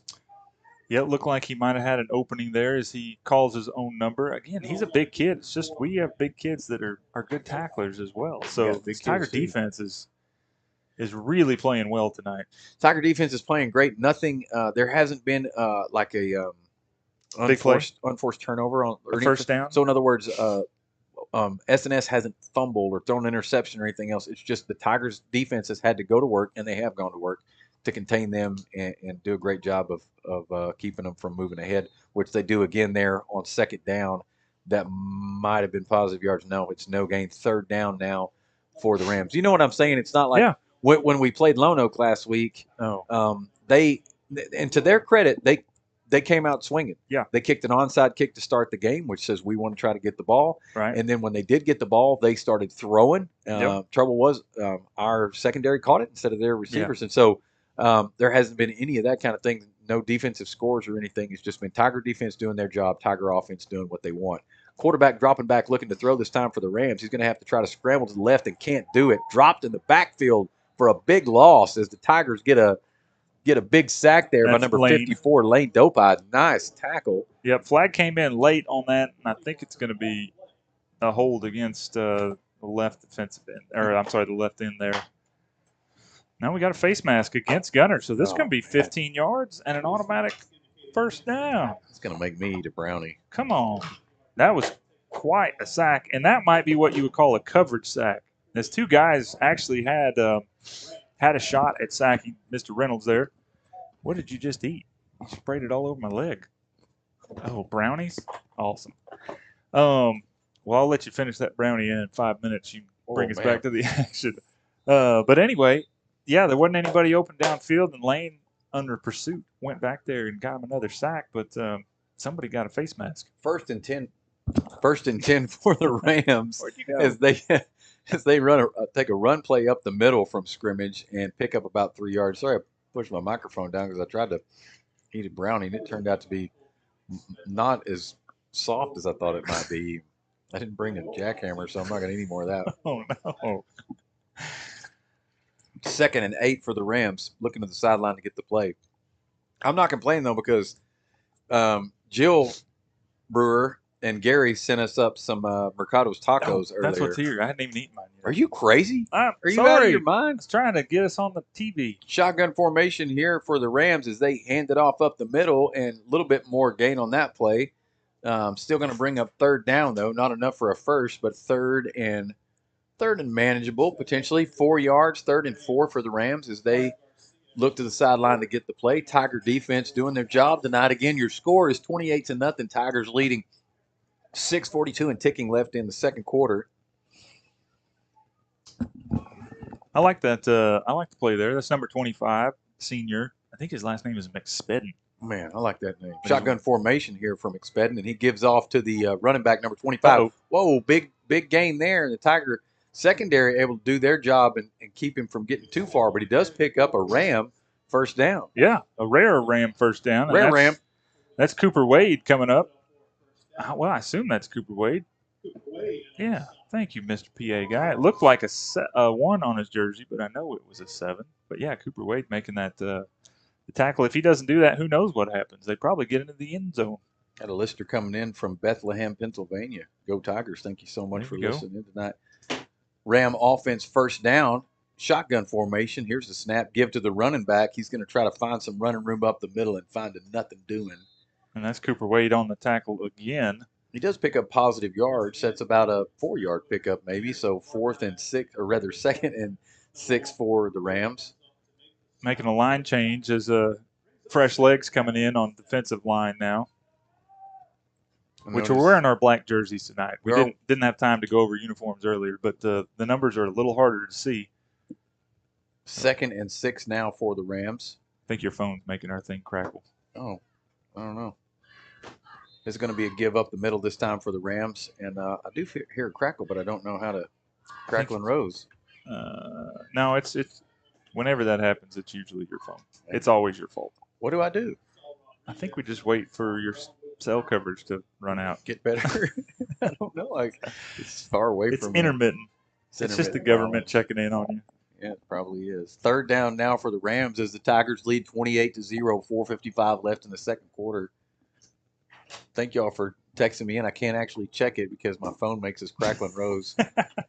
And this is going to be an attempt at throwing, but sacked in the backfield by the Tigers. Nice pursuit there by the Tiger defensive line. Who do we got there, Dylan? Well, I can't tell.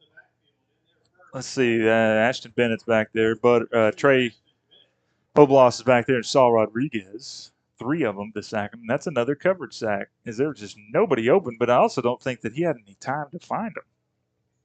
But yeah, it looks like they're going to punt again. 4th down now for the Rams as Aunt Pat is listening in from North Carolina. That's Logan Hubbard's Aunt Pat. Thank you so much for listening. Punt formation here for the Rams, and the punt is up. Nice punt. And let's see, that is going to be returned by the Tigers. That's Ethan Sloan. He dropped the ball, and I think it may have been recovered. It may have been recovered by the Rams. That's good. They're going to signal Ram football as Ethan Sloan received the punt and went to take off, and it looked like maybe a Ram got a paw in there. And we're able to knock that ball loose. And so, yeah, Ram ball at the 17-yard line. Short field now. That's number 34, sophomore Brett Stewart for the Rams, who gets the, I guess you call that a strip sack, even though it's not a sack, but he stripped it and then recovered the ball. This is going to be a design run for the quarterback here by the Rams. Nothing doing, though, met by that defensive line of the Gunter Tigers. Give out your number, and let's see if they're going to score. Text us in. Are they going to score? 903-818-3290. Tell us if the Tigers are going to, or rather if the Rams are going to score. This is 2nd down from scrimmage, and it's a give to the running back. And let's see if he's going to get anything going here. Not much, maybe a gain of 2 or 3. 3rd down and 7. You said they have a pretty good kicking game. Did you say that from the They did, Rams? yeah. It looked like they had pretty sound kicking game. So they might try to. I think they would probably try. Try to You got to the get on the touchdown. board. You got to You got to on the get board. something. You can't just give the ball back here. Looking for something creative from the sideline, or is the Ram offense is there in shotgun formation. Trips left. Here's the snap. Quarterback rolling out to his left intently. Now setting up and throwing, and that ball's going to go out of bounds. And he's on the ground again. Compliments of Ashton Bennett, the Raging Cajun, who is just in a dead wind sprint every single down, applying the pressure. And the coverage is good. It's just, even if the coverage wasn't good, he doesn't have time to get his feet set and make a throw. The pressure has been relentless. Jose Esparza listening in. Thank you so much. Corey Perkins says they will not score. Okay, he thank you, sent Corey. that in before that last incomplete pass. So I got you tallied there. He's the prophet thus far. 4th and 8 now for the Rams, and they're lining up to kicking a field goal. Does that count? Is Corey wrong? No, this would count. Okay, let's see here. And the kick is up, and it is no good. He couldn't figure out what he would do there. Maybe he said no good. It just went wide to the right. And so, they did not score. Rams did a field goal attempt that did not score. What? Hang on. What? We got an offsides against the Gunter Tigers. Golly, Neds. So they're going to get 5 yards. And now, what do you do? Now what do you do? They leave everybody out there. You think they're going to try to kick this thing again from a little bit closer in? They might. Now, hang on. Oh, okay. You know what? We know the kicker. This Miss Susanna Griffin, who we have talked to in this very press box. Okay. 2 years ago. All right. So she started kicking 2 years ago, and then obviously is still kicking and doing a good job. Let's see. The kick is up, and this time also not good again. And so no good attempts at a field goal here. And so the score is 28-0. It's going to be Tiger ball. I got Coach Egger's brother from another mother from New York City. Shout out to the whole Egger family and go Tigers. Is that a little bit far for a party? It's a little bit far for a party at Coach Egger's house, but it's not our farthest listener, but pretty doggone good there. Got Bethlehem, Pennsylvania. We got North Carolina. We got Hawaii. We got New York City. I think Hawaii's winning right now. But we're basically worldwide. We had we had the one from Singapore that radioed in earlier with the Morse code. Yeah. No, that didn't happen. That was your phone. Okay, yeah, that was my phone going. Who is the guy that always would text in from all over the planet, like Australia, Abu Dhabi? It was a Quantum Leap. And that was just a show from the 90s. As we've got Hut Graham off to the races here, but a flag way back there, and he's taken down after a big gain there. It's going to be really disappointed to see that flag back there, as I'm talking about Quantum Leap. Hold against the Tigers, and when he threw that flag, there weren't any Rams around. Mm-mm. He's just killing joy. He's always doing, really. He's just sucking the joy right out of the play, and no gain on that. And they'll actually, what they do when they give a flag like that is they take yards away. It's a penalty. It's a penalty. There's actually consequences to it. And they'll take yards away. They will. Mm-mm-mm. But we should go back and say that Corey was right. Corey was right. SNS did not score, even though Miss Susanna Griffin has been kicking for the Rams for 3 years. This is her senior year. And you were doing PA back then, so you didn't get to interview her. Right. Super sharp, wants to be an attorney. There you go. Varsity football player, varsity cheerleader, varsity band. She does it all. So I think she'll play in the band, and then she might even do a cheer at halftime. That's awesome. Yep. And so we got pistol formation here for the Tigers as they pitch it out to Ethan Sloan. Let's see if he can turn the corner, and does, but just barely picks up a couple of yards there before met by a couple of Ram defenders. But positive yards on the play, but we are at second after the penalty was marked off. We're now at 2nd and 18. Yep. So a lot of ground to be regained for the Tigers as they lead in this competition 28-0 with 2 minutes left in the second quarter. It almost looks like we're pulling a little rope-a-dope here. We don't look like we're in a hurry to try to score, even though we all know that we are. 2-by-2 look here. Quarterback Hudson Graham dropping back, looking to throw. Now having to do it on his feet. He takes off, running to his left now. Stiff arms a guy and picks up a nice gain there. Picked up some extra yards after that pretty tough stiff arm. Is there anything worse than getting stiff armed? It's so hard to get to somebody when they stick their arm in your face. It's not fair. It really is. Why don't more people do it in like Walmart? There's some social distancing. Get off me. You get close to 6 feet away from Hudson when he sticks that long arm out there. Trips right this time for the Tigers. Shotgun formation, pistol formation. Here's the snap. Hudson dropping back, setting up to throw. What He's did I got a say? man deep, and it is Lemon Chill, and it's a first down and then some. Lemon Chill with a big reception for a first down for the Tigers. It's a little. Oh gosh, I can't. I don't have words this evening. Okay. I apologize. Don't worry about There's it. a little hesitation. A little hezzy. And so. Hurry up, though. We're back. Yeah, no, we're back. Trips right, pistol formation for the Tigers. Hudson Graham dropping back, looking to throw again. He's rolling, he's looking, he's throwing. He throws it deep. Does he have a man? He does. Gets tangled up and falls to the ground. Thought we might get maybe a pass interference there, but not the case. And so, falls incomplete. Intended receiver was Ethan Sloan. That was an out and up, is what I was trying to say. Okay. And he pump faked when Cole made the break, and then he goes up. And well, that's when you're supposed to say, got him. I did say got him. Oh, you did? Okay. Or maybe I said there it is. Because I was thinking they were setting him up for something like that, which they love to do in this 2-minute drill. Yeah, with 1 minute left here in the half. Tigers, of course, leading 28-0. Pistol formation, 2-by-2. Here's a snap. Ethan Sloan in motion, but it's a give up the middle to our running back, who is... He's a man. He's a Raging Cajun. Ashton Benton. It is the Raging Cajun back in there. Raging Cajun doing work tonight. He's slapping like he didn't do what he wanted to do, even though he picked up a nice game. He's just so used to knocking out 20 yards, 30 yards, 40 yards at a time. Yeah, he probably wanted to score a touchdown there. Yeah. He's like he wants to do that every time he gets the ball. Yeah. 3rd down and 4 for the Tigers with 52 seconds left here in the half. Tigers talking it over and see what they come out on the field with after getting to discuss it here. Let's see what Coach Wiley's got up his sleeve. See if he wants to show anything right before the playoffs. He might have something special he's been working on. Yeah. Here's Coach Casey's down onto the field now. He was up in the press box earlier. Coach Casey Frost, who's friends with Coach Mack. You know, that's how we got here. Is that right? Yep, by way of Coach Mack. They coached together at some point there in the past. Very cool. Have you ever sat down and talked to Coach Mack? Yeah, so. Man. Yeah. It's time well spent talking to him. He's got a lot of knowledge. He's seen a lot of things. And according to his parents, he could still run the ball. Oh, I don't doubt it. They call him John Cena of Gunter, Texas. I don't know. Well, yeah. I mean, he's definitely in shape and ripped up. But, he was quite a running back in the day. Jake says that there's some film of him at Tarleton just bowling over dudes. Wow. As you can imagine. Oh, yeah. To this day, I could imagine it. Pistol formation here for the Tigers on 3rd and 4 just before the end of the first half. Got a man in motion.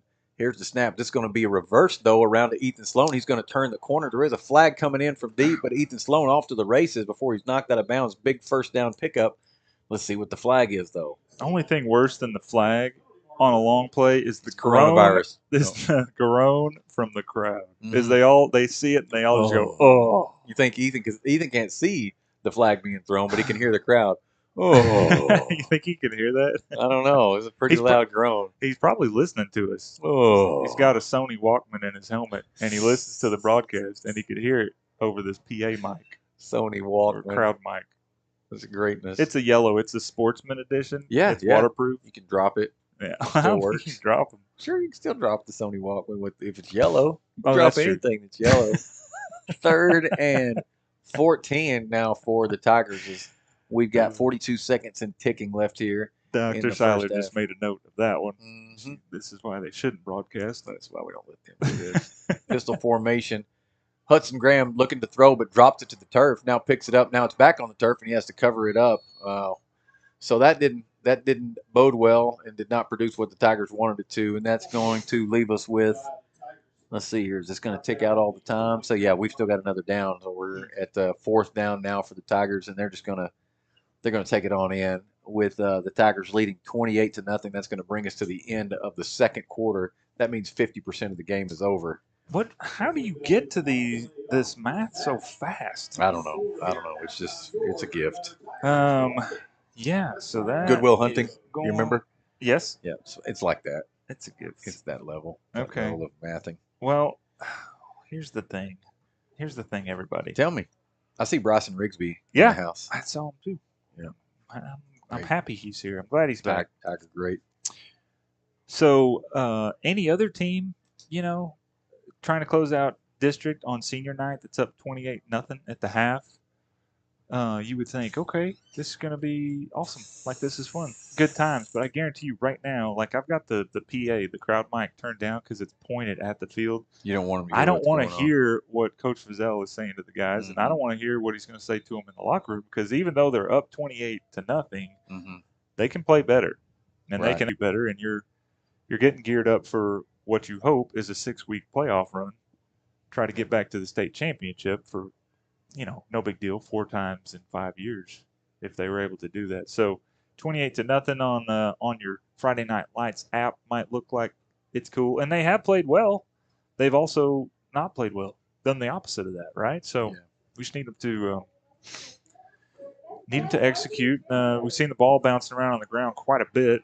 What more could the Tiger defense do, though? They can't do anything else. They can't do anything else but beat Tigers. That's right. They're doing such a great job. Now, I think that you mentioned this. So we have a Tiger, or rather a Ram football cheerleader player that is also the kicker, but she's doing the cheer routine in her football pants. Yep.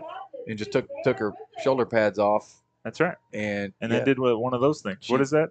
A herky or something? I think she just herkied. I'm putting everything into verbs after the karaoke. Yeah. That's right.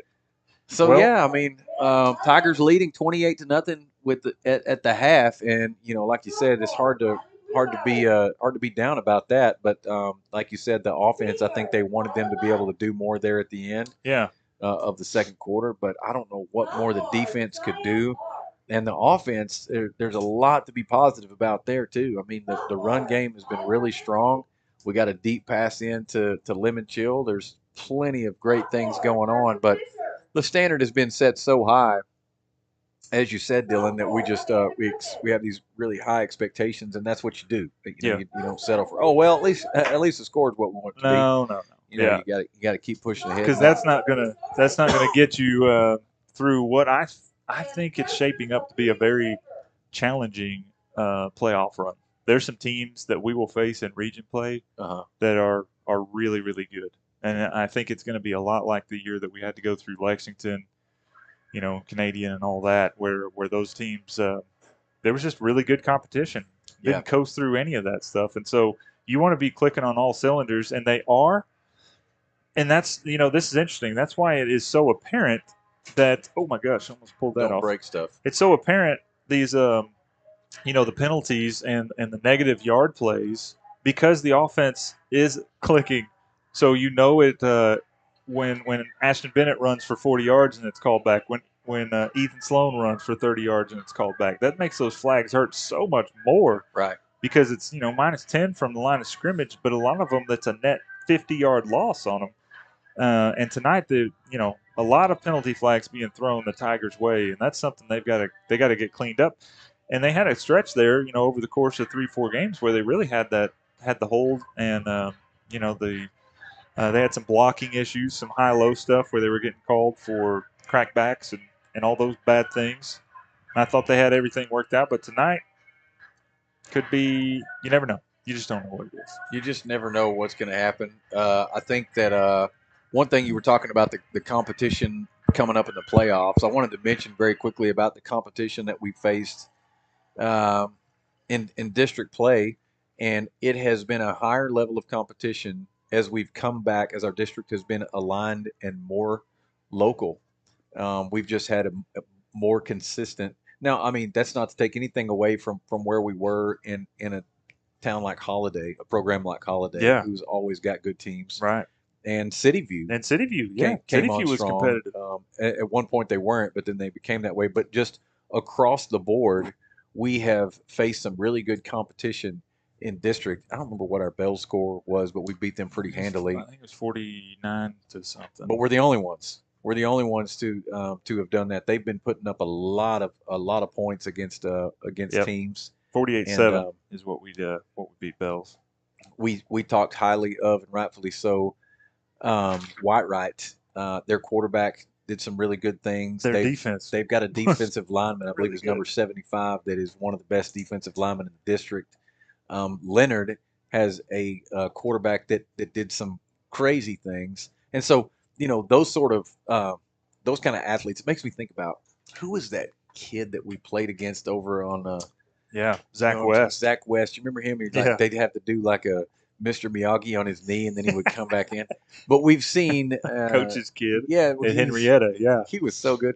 But we've seen some of that caliber of athlete in district play, and I know it's gonna be advantageous to us going into the playoffs to have played against some really good teams in our district, and that's a compliment to I'm a fan obviously of the Gunter Tigers, but also just of North Texas football.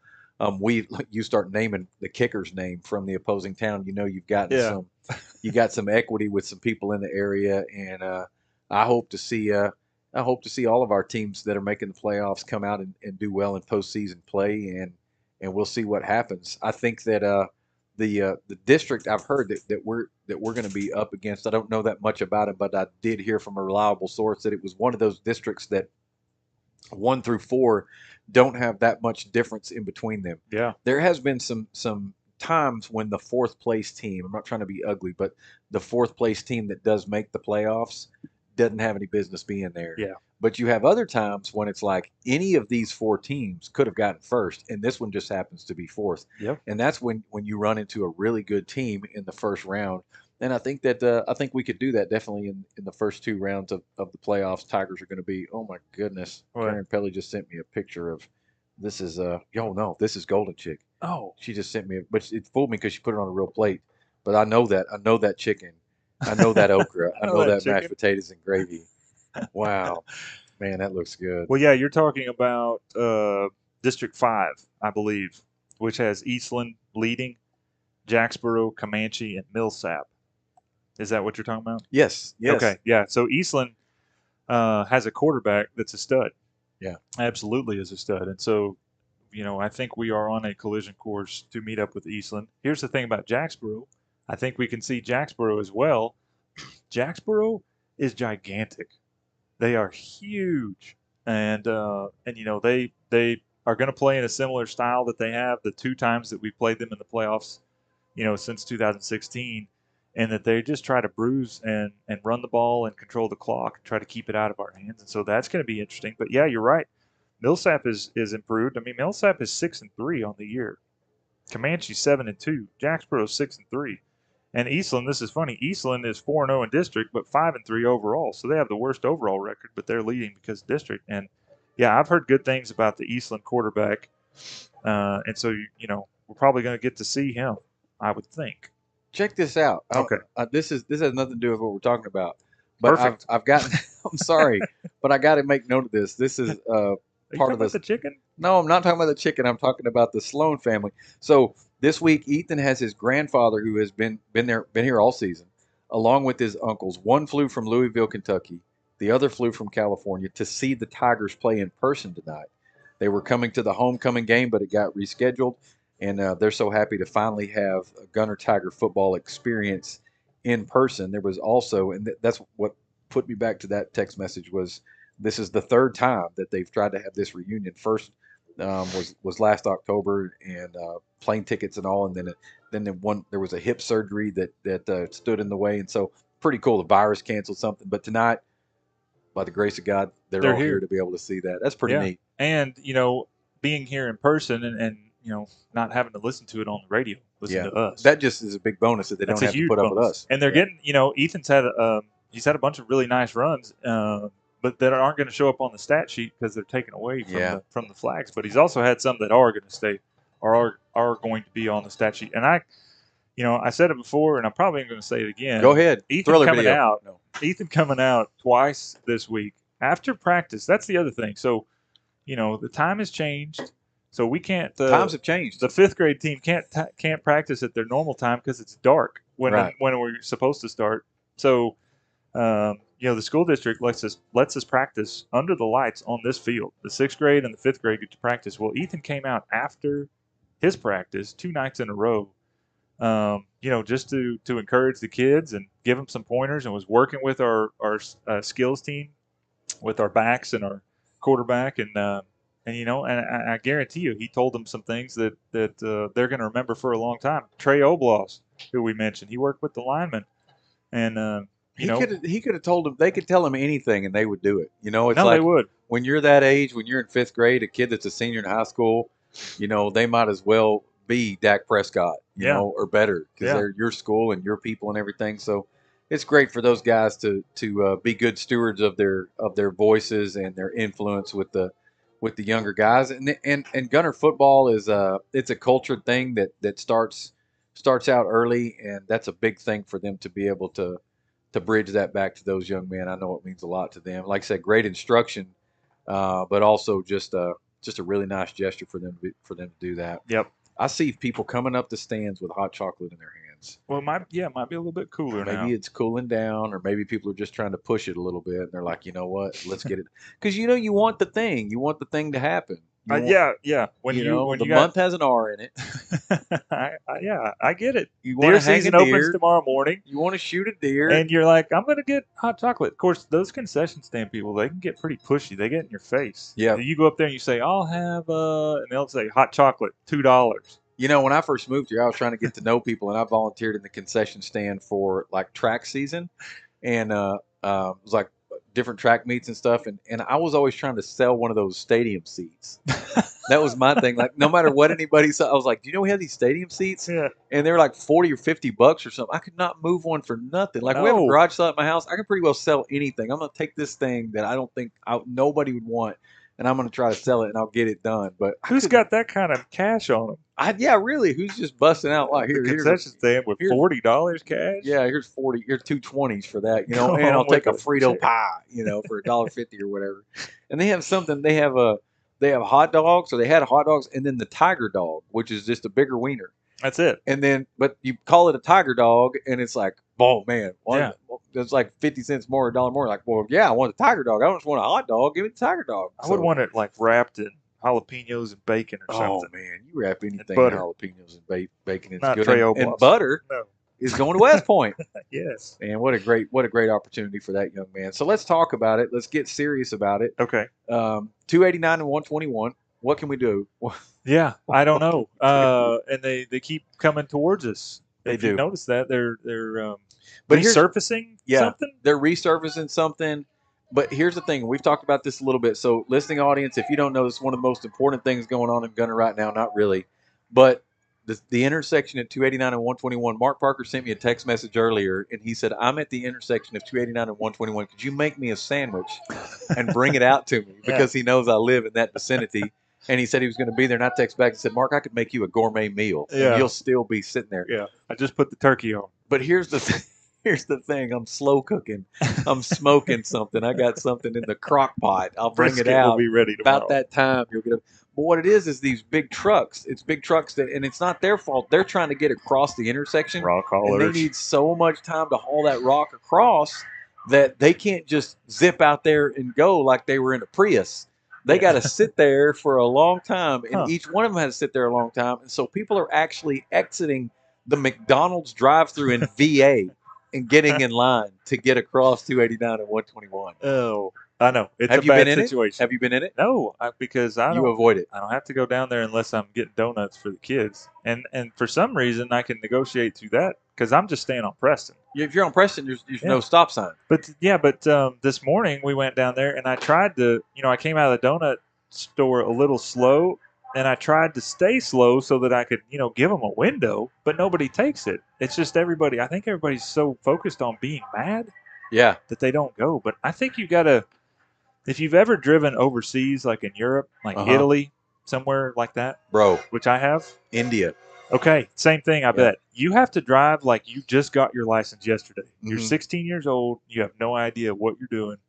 You just drive as fast as you can, because if you don't, you're going to get in an accident, because that's how everybody drives. I think that's what we need. We don't need an alternate route. We need everybody to drive more recklessly. Well, see, the views expressed here on our broadcast do not necessarily reflect the views of School Gunter District, ISD, the Tiger Wash, or TPW, or any Tiger Wash, or anything else, or the Gunter Brew House. So that's the thing is, I every once in a while I'll make it just, and every once in a while I'll make a joke about it. 289 and 121.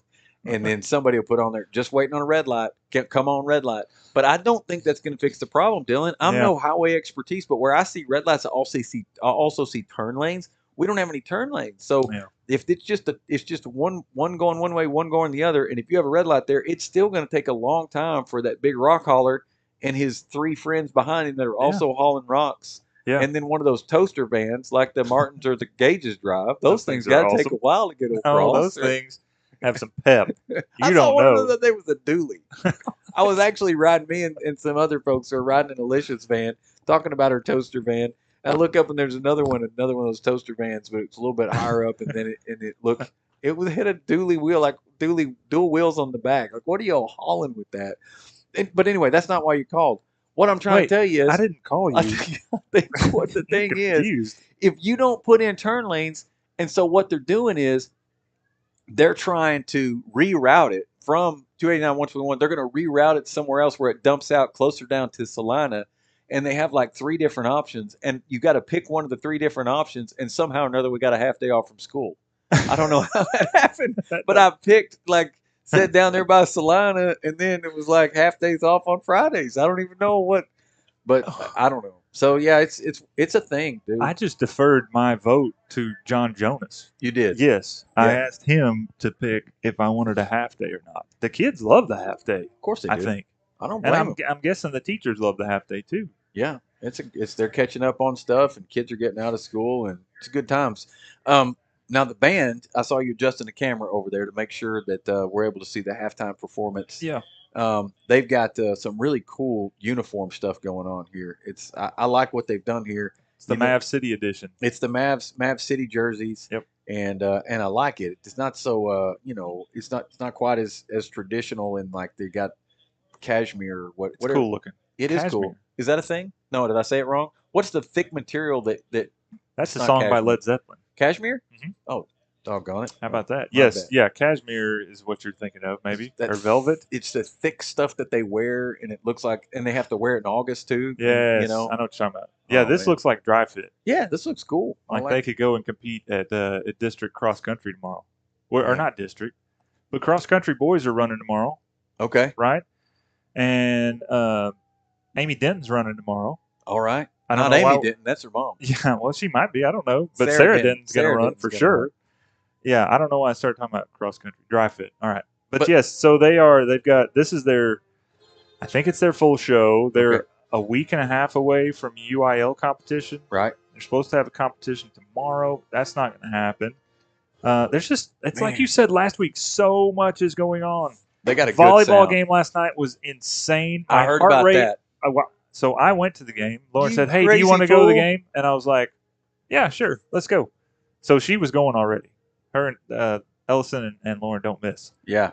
I hadn't seen them this year, and so I said when you were inspecting tunnels, I gave my recount of the game that it is the most. In every point feels like sudden death, where the other team is going to die if they don't score. It was so intense, and it went to 5.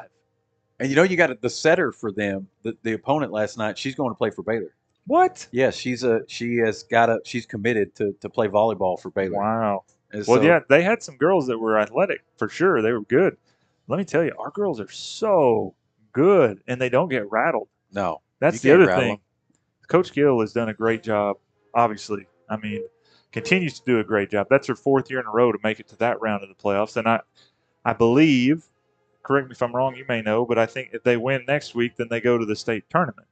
Is that right, or do they have another round? No, I think you're right. I think after that they go to the state tournament. And my information comes from the other Coach Gill. Yes. I talked to the other Coach Gill, Jordo Gill, today, and he was telling me that maybe Terrell. We may play in Terrell. Okay. Are they playing Sabine? Round. Is that right? I think so. Okay. I reported that earlier as the news, and I wasn't sure, but I think it was Sabine. I think that's the plan, and I'm not sure where. Terrell. But he said potentially Terrell. Is that where the turnoff is? The turnoff is? Yeah, like there's a way to shortcut to get up to 75. If you're coming from Beast, Texas. Beast? Yeah, that's what they call it. Huh. Like if you went to Canton for whatever reason. Yeah, you're in the right direction. Is that Terrell? You're in the right direction. Okay, yeah. So that's kind of out there. Yeah, the only thing, I think there was yeah. Well, I did get a text message from Doug Garner, who has spoken, and said the 4-way stop is the only way to fix the 121-289 thing.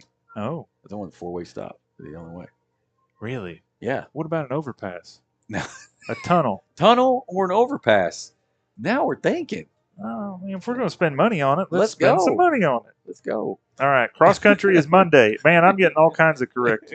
And we're playing Sabine in Sunnyvale. I was close. Not Terrell. You said Terrell, but That's I said what Sabine. I got that from the other Coach Gill. What's he know? He's coaching football right now. Well, this is coming straight from Dr. Seiler. Straight out the Siler. Playing Sabine in Sunnyvale. Tickets go on sale Sunday at noon. Straight out of church. You better get out of church. Man, you better skip church and get your tickets.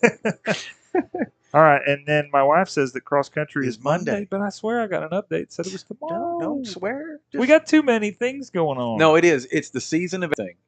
We had girls basketball. Deer season. We had girls. Yeah, deer season. We had girls basketball tonight. You know that? Yes. Yeah. We had girls volleyball last night. Girls basketball tonight. Boys football tonight. Boys basketball scrimmage tomorrow at home against Salinas. Boys basketball going. Band competition coming. I mean, I'm sure like that this kind of crossover can happen at other times in the spring or something, but it just feels like everywhere you look there is something going on right now, and all the time. Well, and this week especially because we finished out middle school and JV football. Yep. Right. So you had all of that still being played. Where's Carl with my text? He's running the clock.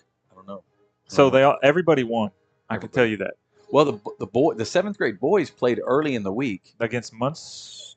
Yeah, I think that's right. They won whatever it was Munster they played Hornets. Against. They had a great season, top to bottom. I think the JV boys were 9-1. That only loss at the hands of Melissa, I think. Mm-hmm. And I heard that Melissa had a kid that could play for the Cowboys as an eighth grader. It's not saying a lot. No, it's still he was huge. Okay. It's like what I used. I mean, it doesn't work in the eighth grade, but for youth football, whenever there'd be some big linebacker, that just would kill us, I would always look them eye to eye in the line afterwards, be like, all right, where does his helmet meet my shoulder or whatever? There's always that. And there was one dude in the fifth grade that we were looking eye to eye, and I was like, what is going on? This dude's got a Fu Manchu in the fifth grade. Yeah. And he just gave me the stink eye. Yeah, it was weird though when he went and picked up his kid. Yeah, who was also on the team. 28-0 is your score, and the Gunter Tigers are leading big as we've got just 1:55 left here in the half as the Tiger band is finishing out strong. I'm not sure if you can hear them, but they got a nice full sound. Yeah, they got a full sound coming through right now. And just putting on a great show. Everybody, you call it like you do a football game. Everybody lining up, doing their job. It's tight out there. It looks good. Yes, it does. And the uniforms and the props and all that is important. And it's it's so that the show looks better. But it's by design so that they can score better when they go to UIL. Okay. Because they're trying to win these things. They got second in that marching competition last week. Yeah. And there were some really big schools. That's the thing that's kind of weird about marching competition. They just throw everybody in there. So you square off against, some big 4A schools. Miss Katz and Mr. Kennedy have got these kids excited about band. Yeah. And you would be surprised how much work goes into putting one of these shows together and how much time these guys, the students and the directors, have to put in to get something pulled off like that. Dude, I got a buddy that did the props for Salinas band as a volunteer, and he actually told me at one point the man hours that he had put into putting together all those prop stuff is crazy. But, you talk about something being intense. UIL band competitions are stinking intense. Yeah. You're waiting. It's, the way it's scored and everything, and then everybody's kind of in their huddle waiting on, to find out where everything is placed. And it's really intense. It's fun. And they're having a good time out there. You can tell, like you said, they're excited to be a part of it. And they're now the band is now clearing the field, which means that the Tiger football team is down there in the tunnel preparing to make their way back out to the sideline. Both tunnels are up and going. There's a little bit of that fake smoke like on the Thriller video. I'm going to keep them coming. Keep them and coming. Here come them Tigers out to the sideline as they're ready to get this second half underway, and simultaneously coming out on the other side of the field. S&S Rams making their way to the sideline. You got the flag runners going out there. I love the way that you see so much involved. Cheerleaders coming up this way, flag runners going. Is the FFA Hamburger Hut providing the incense for tonight? They got the greatest smell on earth for the greatest show on earth right here in Gunter, Texas. Everybody getting in on the action. It just there ought to be a scented candle or a soundtrack or both called Home Game. Oh man, Home game. That's genius. I'm telling Why you, did you man. just tell everybody in the world your idea? Because I won't actually do it. Yeah, Somebody will run with it, and then they won't give me credit, and I'll say I promise, and they'll be like, "No, you didn't. Yeah, You're no, just a you pathetic didn't. loser." So, but they are taking down the Tiger Head and getting ready to put it into playoff mode down there is what they're doing. What do they do? Do they wash them, feed them for or playoff? do they stop feeding him so he's extra hungry? No, I think the you talking about the blow up Tiger Yeah. Head? Yeah, no, they patch it. There's a patch kit that comes with it, and you can get one. No, You can get one from Barrett's Cut Rate Drug if you ever need one, and you have to patch your blow up head with some glue for the play. We don't use glue. Glue. We use bead sealer. So, yeah, they're packing them away and getting them playoff ready. They're going to wash them with OxyClean. No, It kills corona. don't. No. Nope. It's not going to happen. All right. I'm trying to check in on some things here. Tiger kicking team coming out on the field again. Your score is 28-0. They put a 12 up there. That means that it is the third quarter coming. We're already finished with 50% of the game, and Tigers now ready to kick off, and we'll see what happens. S&S going to receive to begin the second half. I'm sure they got a big talking to at the halftime there, and we'll see what they come out with on offense here. And just for now, the kick is up. Logan Hubbard with a nice high kick. It's going to be bouncing at the 5-yard line and returned by the Rams, and he's going to make it out to about the 12-yard line before he's driven out of bounds by several Tigers. Starting field position tonight for the Rams has probably not been what they would have hoped for. No, that's not what they were looking for, but I think it's about the 13-yard line where they've got a lot of field in front of them. S&S Ram offense coming out onto the field. Oh, there. I thought our stream went down, but it did not. Don't so your stream. There was 15 possessions in the first half. Did you know that? I did not. 7 for S&S that all resulted in punts, turnover on downs, and a missed field goal. Shotgun formation here for the Rams. Here's the snap. It's going to be a give to the running back to his left. He's running to his left, trying to find a way to get some room and finding nothing. That's a loss on the play. Tiger defense, again, holding strong. Yeah, number 25. That's I think he's a senior. That's McSpedden for the Rams. He's got some speed. McSpeeden. Yeah, but the problem is that edge is not going to be open either. You know, earlier I said the between the hashes you can't run inside tackles. You can't get around the edge too. I don't really know what you do against this Gunter defense, especially the way they're playing tonight. So I'm out of ideas. That's what I'm saying. Yeah. I can't coach this thing. And that's going to be a give up the middle for no gain for the Rams. I'm looking at my phone because it says it was Terrell, so maybe there was a Terrell somewhere on. I didn't make that up. It was Terrell, and now it's Sunnyvale, or it's not Sunnyvale. It is Terrell. We don't know. We need clarification. We're talking about the volleyball game. Yes. Y'all are just big news. 3rd and 13 now for the Rams. Tiger defense doing their job out there, and man, they just look like pros. They just know what they're doing, you know. And angry pros. And here's the snap for shotgun formation for the Rams. Tiger defense getting to the quarterback, though, and dropping him for a loss. He tried to camp out there in the pocket, and the pocket collapsed. Who was that? Who got him there? Well, it looked like Martin was back there, but I think that was Lane Dofight again. Yeah, Lane Dofight and Martin Garcia getting in there to make the tackle, and that's going to be 4th and long now for the Rams, and they're going to be punting this out of the end zone. And you could put out a watch right here for a punt return for a touchdown as Ethan Sloan is back deep, and shallow for the punt return is Hut Graham, and the punt is up. And let's see if that's going to be fielded and returned. It is not. It's going to take a Tiger bounce back, and so it's going to be Tiger ball at the 33-yard line. It is Sunnyvale, originally slated for Terrell, but had to change. So gotcha. I mean, if Jordan or if the other coach says it, then you need to listen to it. Yeah, he knows. He knows what's going on. So we got a lot of Gills. We got our Coach Gills. We appreciate them, and like you said, Coach Gill, volleyball Coach Gill, she does a lot with volleyball, and not only at the high school level, but she just knows her stuff all the way across. Shotgun formation here for the Tigers. Hudson Graham looking deep across the middle. He's got a man, but that ball falls just incomplete, intended for Ethan Sloan.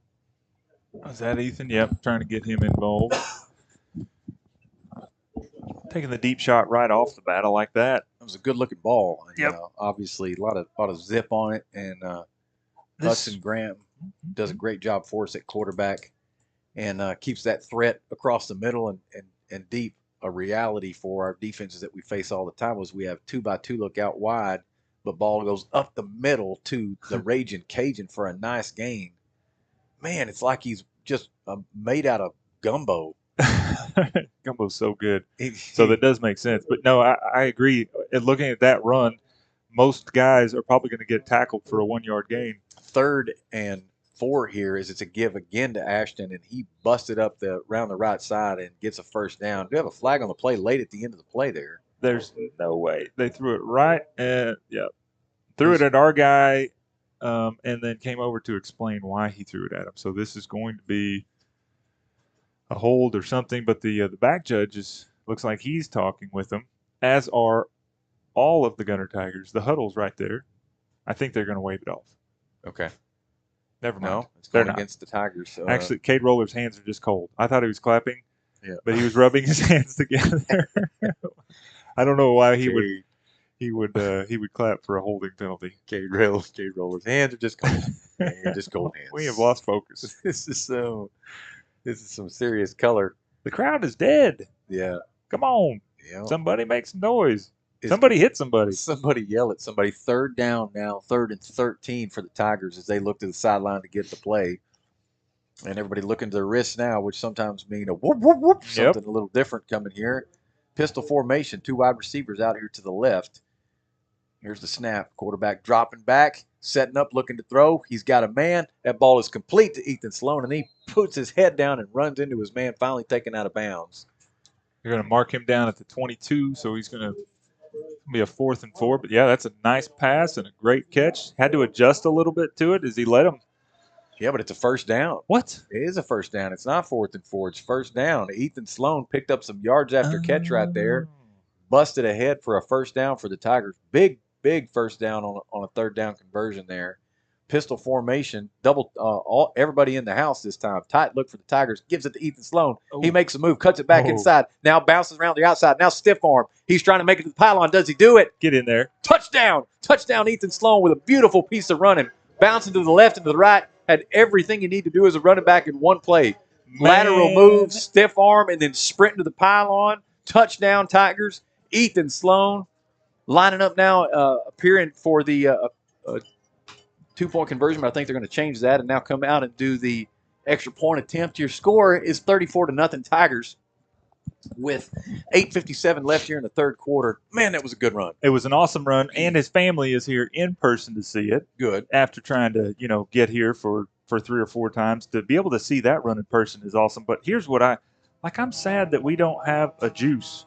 Yeah. Like Dylan Jansen's older brother was so good at making those videos. Right. And I think that Miss Bracewell has been doing a good job. Been doing an awesome job. But I want to see that one because that looked like a Dylan Jantz run. Yeah. Where we want it slowed down and get some rap music put to it because that was awesome. Man, I actually want a helmet cam for that one because, man, that was an amazing run. Extra point attempt is good by Hubbard.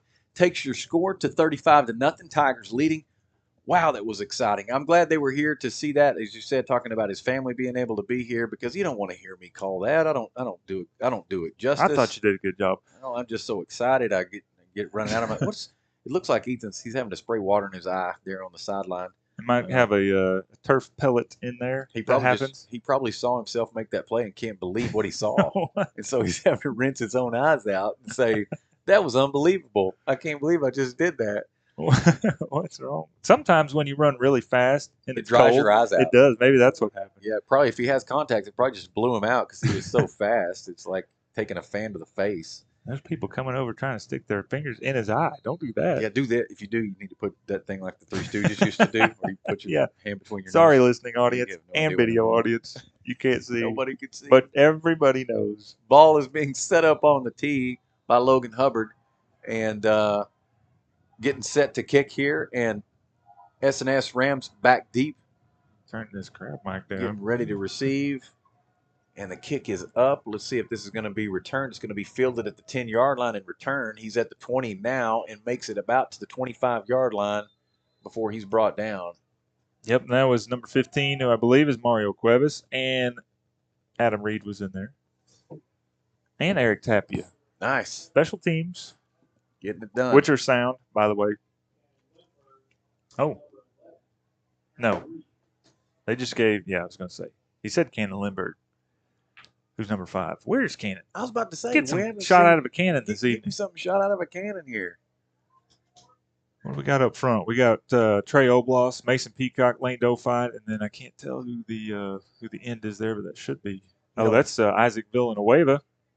Shotgun formation for the Rams as they give it to the running back. He tries to make it up the middle, but nothing doing. Hit by the line of the Tigers. Has S&S schemed to run every play away from KK? Because we haven't said his name yet. Yeah, it is. It's true. Why? Probably seen film and know it's no use running his way. Yeah, they schemed. That basically he takes away a whole half a side of the field.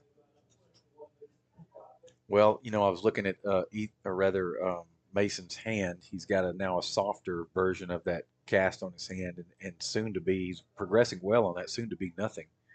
His hand will be nothing? No, he's going to have nothing on the hand. Oh, I got you. That makes more sense. Yeah, it would be weird if his hand disappeared. Running attempt here by the Rams, nothing doing. It's going to be 3rd down and 10 for the Rams. It's like on Back to the Future. Remember when Marty McFly messed up the future and his hand started in the picture? Oh no, not in real life though. It's just in the picture. No, listen. When he was playing the guitar and he holds up his hand and looks at it, it starts disappearing. Really?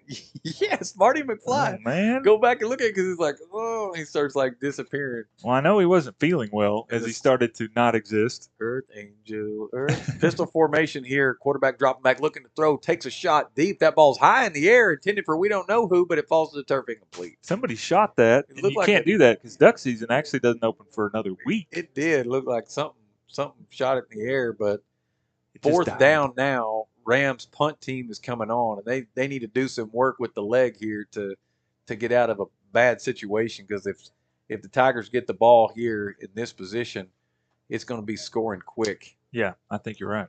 Because they like to score touchdowns. And like you said earlier about the Raging Cajun, it's like he wanted to score on that. It's like he wants to score every time he gets it. He's always hungry. And he's so good at running the ball, and they're probably going to let him run it again.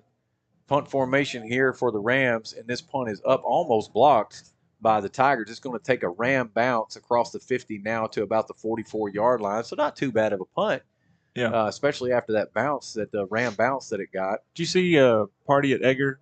So Coach Egger fielded that punt cleanly. Yeah. And then secured the ball. Not surprised. High and tight, hand over the end. Ball security is one of the things that's one of the standards here at Gunter Tiger Stadium. Yep. They definitely stress that. Yeah, they do. They do a lot of work on that over in the Jake Barnes Center for Excellence, just to the east of us. Jake here. Barnes, or is it Jake's Barn and Center for Excellence? It's the Jake Barnes Center for Excellence. Jake Barn. It's the Jake Barn, and it's the Center for Excellence. It's the mall. Everybody knows. Everybody in the house here, and give to Mitchell Brewer carrying Sadler and some of Southmade with him on that play ahead for about a 5-yard pickup, carrying him right down 56. 6-yard pickup there for Mitchell.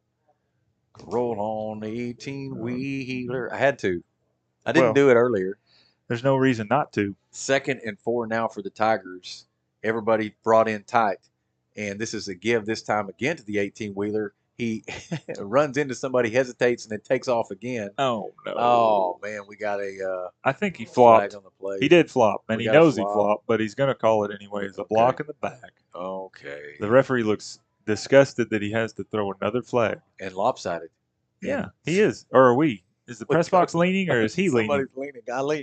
I lean. Oh. 6:52 left in the 3rd quarter. 35-0 is your score. That's quite a score. It's Gunter leading S&S, closing out district. Another district win. But it would appear, I'm not going to call the game yet, but it would appear that Coach Vizell is going to remain perfect in district play at home for all 14 seasons. Wow. Never lost at home. Penalty against the Tigers, though, bringing us to what? Are we repeating the down? The down marker looks weird. Should be 2nd down, I thought. He says it's 1st. Okay, well, we'll go with that. 1st down and 10 then for the Tigers after the penalty has been marked off. Pistol formation. Man in motion is Sloan. Pitch to Sloan. Let's see if he can turn the corner. He does get around the corner. He's got some running room ahead of him. Trudges through somebody and then finally taken down by about the 3rd defender, but not before he picks up about 13 yards. That's some good patient running with a little burst of speed, too, to kind of weave in and out of there. I love watching him run. I do too. Moving the chains, first down for the Tigers as they get set for another offensive effort here. 6:26 left in the third quarter. 35-0 is your score. Tigers leading big. Shotgun formation, sending some wide receivers out wide now with the I formation. Here's the snap, and this is going to be delay and then pitch out. And we've got Ethan Sloan off to the races again. Still on his feet. Think we had a face mask there. Did you see that, Dylan? Yeah. So I think we're going to get a penalty flag and get – what? Why is he pointing at our guy? I don't know. That's really not nice. He's pointing at Mason Peacock, and I don't know why.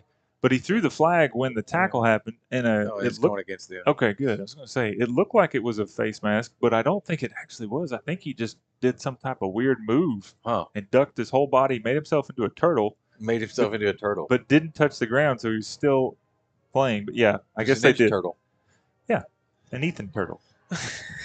But he wasn't slow. That doesn't make sense, nor is it funny. I don't know what's going on. But Braden Sloan in the house right here. Look at that. Big brother's liking to see it.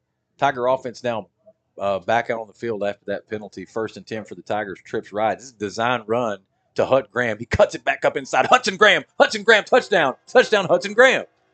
Why not? Man, that looked good.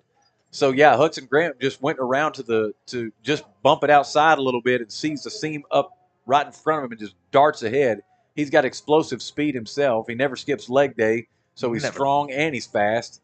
So extra point attempt now coming for the Tigers as they lead 41-0 in this competition versus the Sadler South Maid Consolidated School District. That's right. That's exactly right. Help me out here. All right, so Raging Cajun scored first. Hubbard's extra point attempt is good.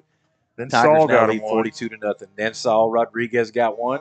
Hudson hadn't got one. Mitchell got one. Brewer got one. Ethan's got one. Yep. Ethan might have two.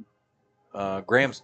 Who am I missing? Graham's got two. Yeah, there you go. Hut with a multi touchdown night, much like I think he did when he was in Leonard.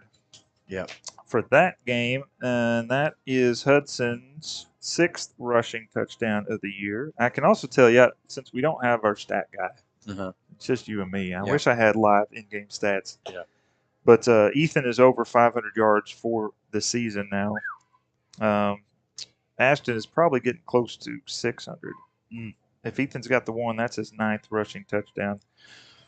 But, so some good things are happening. Yeah. Just saying. Yeah, good things are happening for the Tiger offense. Good things happening for the Tiger defense as they continue to hold this team scoreless, who has proven, the SNS Ram team has proven that they are able to put up some yardage on offense and just not able to get it going tonight against the Tiger defense. 5:49 left in the third quarter. 42-0 is your score. Cheerleaders are throwing out all kinds threw out a whole wardrobe just now, T-shirts and footballs and everything else coming up, and that's fair caught. So SNS Rams will start this drive from the 25-yard line. They just threw a suit up here. This ball's going over the press box. Maria Savage just threw a ball over the top of the press box, I think. There's another one going up. Man, she's got a cannon. Y'all watch out. Somebody's going to get hurt. She hit I think she hit Coach Neely. Yep, and he fell out. The guy doing film fell out onto the stands. Onto the people below. And she's smiling and laughing. She thinks it's funny. She said, I'm number one. Yeah, she just put somebody's eye out. She said, you have one eye left. I just hit your other one. The form with the follow-through. Yeah. Like, that was pretty good. She does not mess around. But the SNS Ram offense now onto the field. This is going to be a give to the running back, and he's hit pretty quickly for maybe a loss, definitely not a gain. 2nd down coming for – he did get about a half a yard. So, yeah, did get a gain on that. Half-yard gain for the Rams, 2nd and 9. Rams just struggling to get anything going, and much of that needs to be attributed to a tough Tiger defense that is just held strong tonight. Yeah, I would say all of that could be attributed to. It's not like the Rams have missed on open receivers or, fumbled away or turned the ball over. It's mainly just really, really good defense and strong tackling. This is going to be a give to the running back around to the left side. And, Tiger defense staying at home, doing what they need to do. Ben Wilcox coming off of that edge, making a tackle for loss, TFL, as we sometimes call that. With 4:50 left in the third quarter, 42-0 is your score. 3rd and 12 now coming for the Rams as they look to the sideline. I feel like a pick six is about to happen. You just feel get it? a weird feeling every once in a while, like Cole Lemons is about to get another interception. Yeah, it could very well happen in a situation like this. It's late in the game. You think this is a time when the Rams might want to take some chances long, and they're faking the throw, but quarterback is in being pursued. He does get rid of it and get it out of bounds. That was about to be a big sack. Who was pursuing him there? That was Isaac Villanueva, the sophomore, coming from defensive end position. Okay. He wears number 40 now. That's an easy number to spot in the black unis for some reason. Right. But, yeah, he was in hot pursuit. Now we have a flag and whistles and intentional grounding. Okay. Is going to be the call, which is a loss of down, and it's going to back them up. And Jake Reynolds, who's the quarterback and the punter, is like, oh, great, I get to punt out of my own end zone again. Right. Huh. So 4th down now. Is that a loss of down, you said? Yes. Okay. Yeah, so they won't replay it. It'll just be 4th. And it's the worst type of penalty. Yeah. You lose the down, and you get the yardage taken away. But, yeah, he was, I guess maybe he was still inside the tackle box. And he tried to throw that to his mom in the stands. You can't do that, I guess. No, his mom She's wasn't. not an she eligible wasn't receiver. Right. She wasn't looking. Punt formation here for the Rams as they drop back to punt the ball and get this one off barely as the Tiger defense was in the backfield. Does take a Ram roll out to the 44-yard line.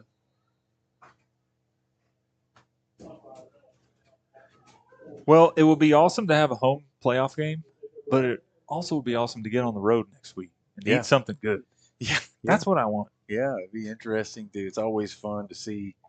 I don't know. I'm still a little bit sore that we didn't get Golden Chick when we played at Ben Alstine.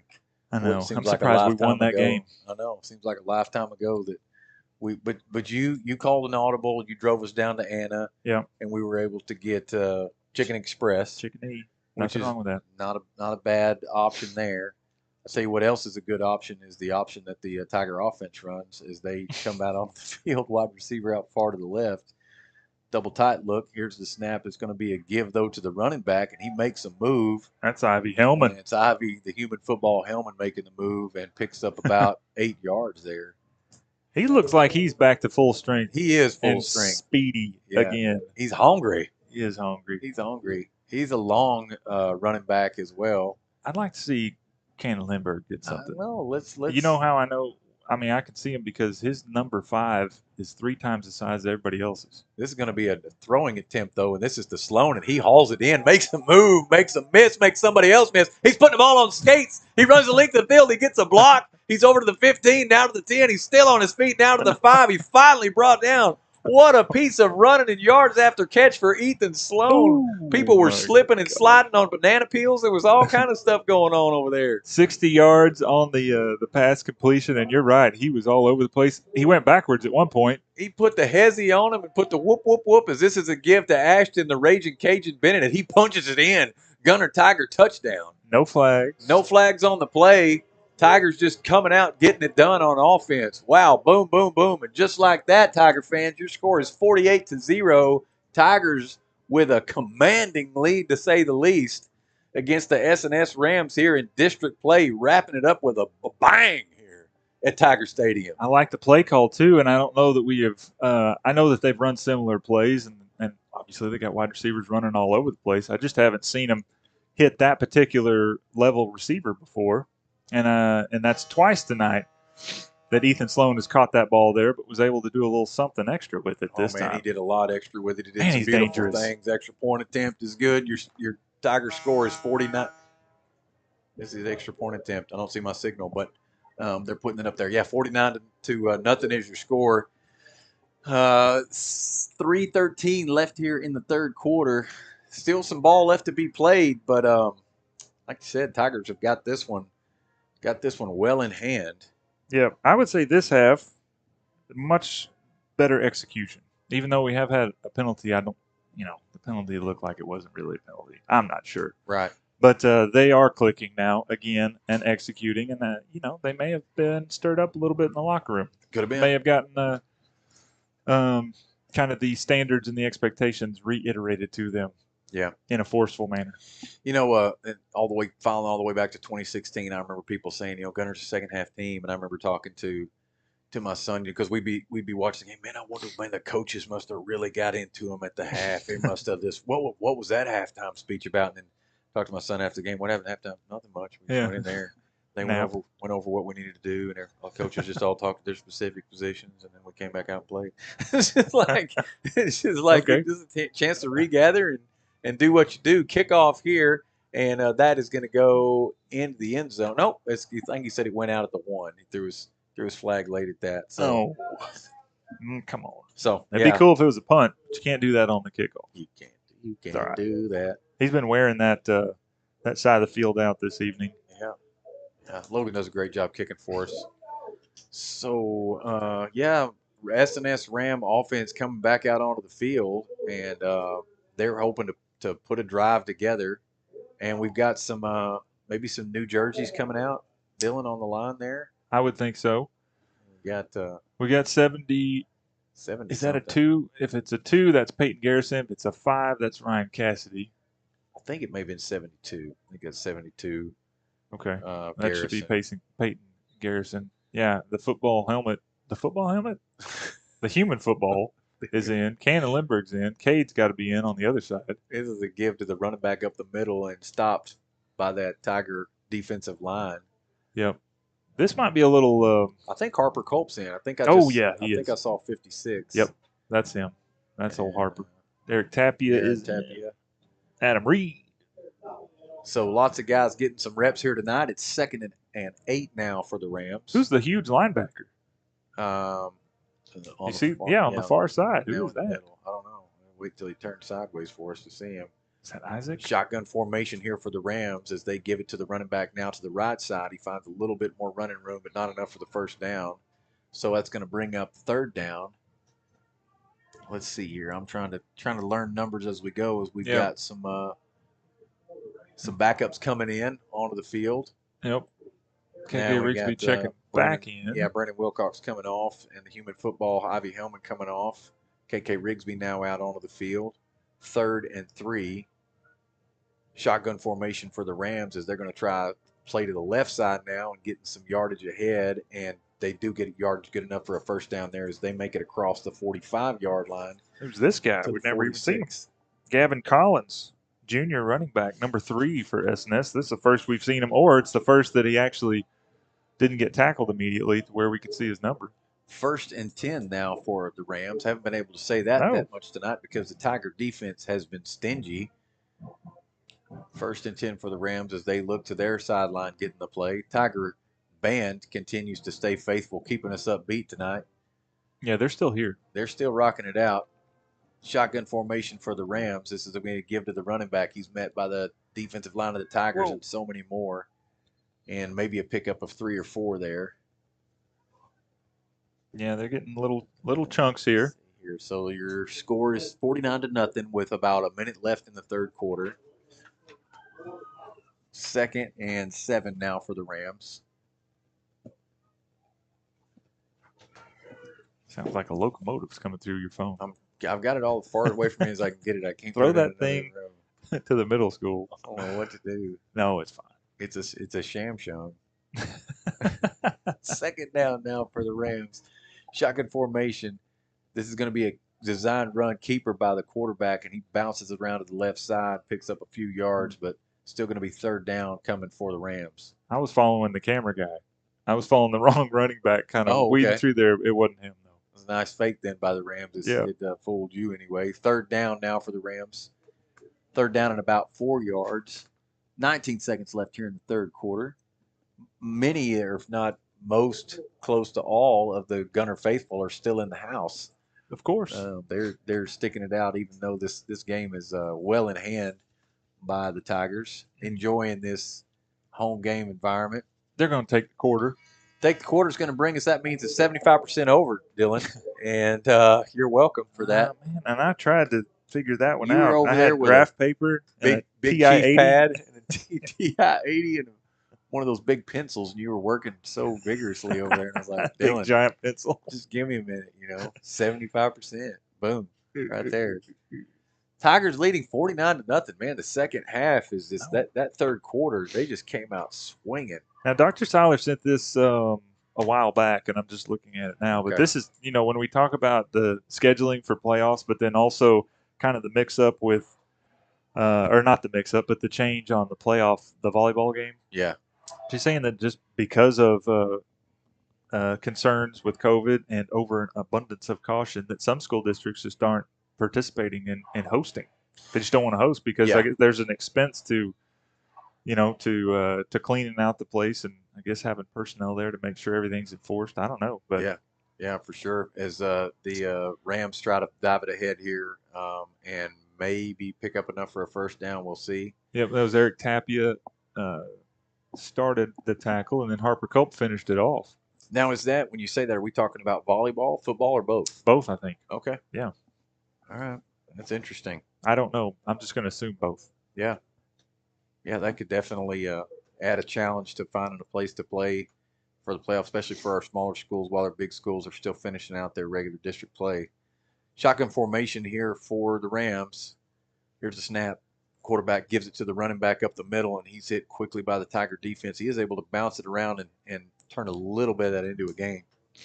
Yeah, it's Ben Wilcox stopping that progression there, and then Ivy Hillman finishing it off. They're actually going to mark him back just a little bit. I think he might have got a knee down back at the line of scrimmage. So 2nd and 10 now for the Rams. 2nd and 10. He needed the 44 to get back to the original line of scrimmage. 2nd and 10, 49-0 is your score. Fourth quarter, man in motion for the Rams. Shotgun, here's the snap. Quarterback gives it to his running back to the left side this time, met by several Tiger defenders. There's a shot out of a cannon Lindbergh coming in on the play to make sure that nobody got away there. He's a great football player. Boy, is he ever. And he's got a lot of more games. How is his 5 so big? That's what I was saying. It's gigantic. It's a big 5. I just saw it next to the 3 there, and I was like, man, that's a big 5. Isn't there a sporting goods store called Big 5 Sports? There ought to be. There used to be. There is now. 3rd and 7 for the Rams as they're looking to the sideline, and the coach is drawing up something on a Coney board, which is something you use for basketball. He's trying to show it. I'm just making stuff up now. That's a corny dog. Corn dogs from Sonic. Give it to the running back, and nothing doing. Big stop there by the Tigers to hold him on 3rd down. One helmet came off. Now he's going to think that he's going to have to come off the field. Yeah, his Ram player had to come off the field after his helmet came off. Well, now, did it fall off, or did someone take it off? I didn't get to ask him. Okay. It just looked up and he wasn't wearing one, and I thought that's odd for football. Yeah. If someone takes it off, then you don't have to come off the field. Okay. Do you know that? I did not. That would just keep people from just ripping helmets off with all the good players. Yeah.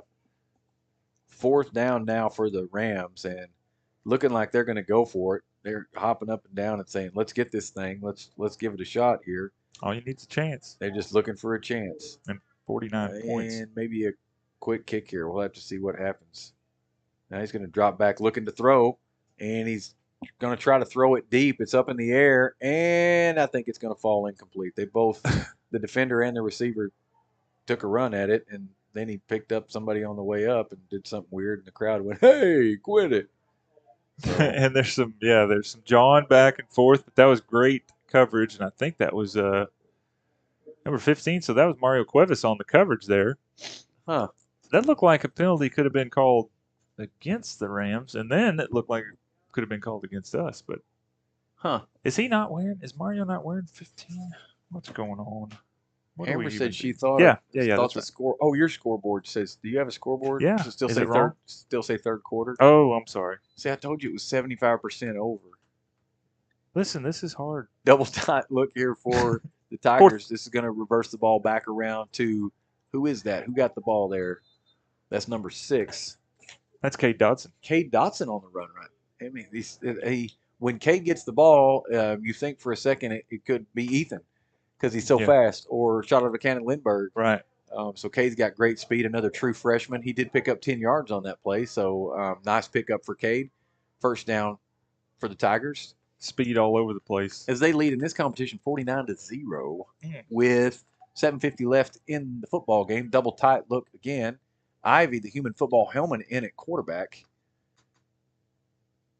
Taking their time. Here's a snap. You can hear a pin drop. It's going to be a give this time Reed. to the left side to Adam Reed, and he's got a dog in him. Picks up about 8 yards.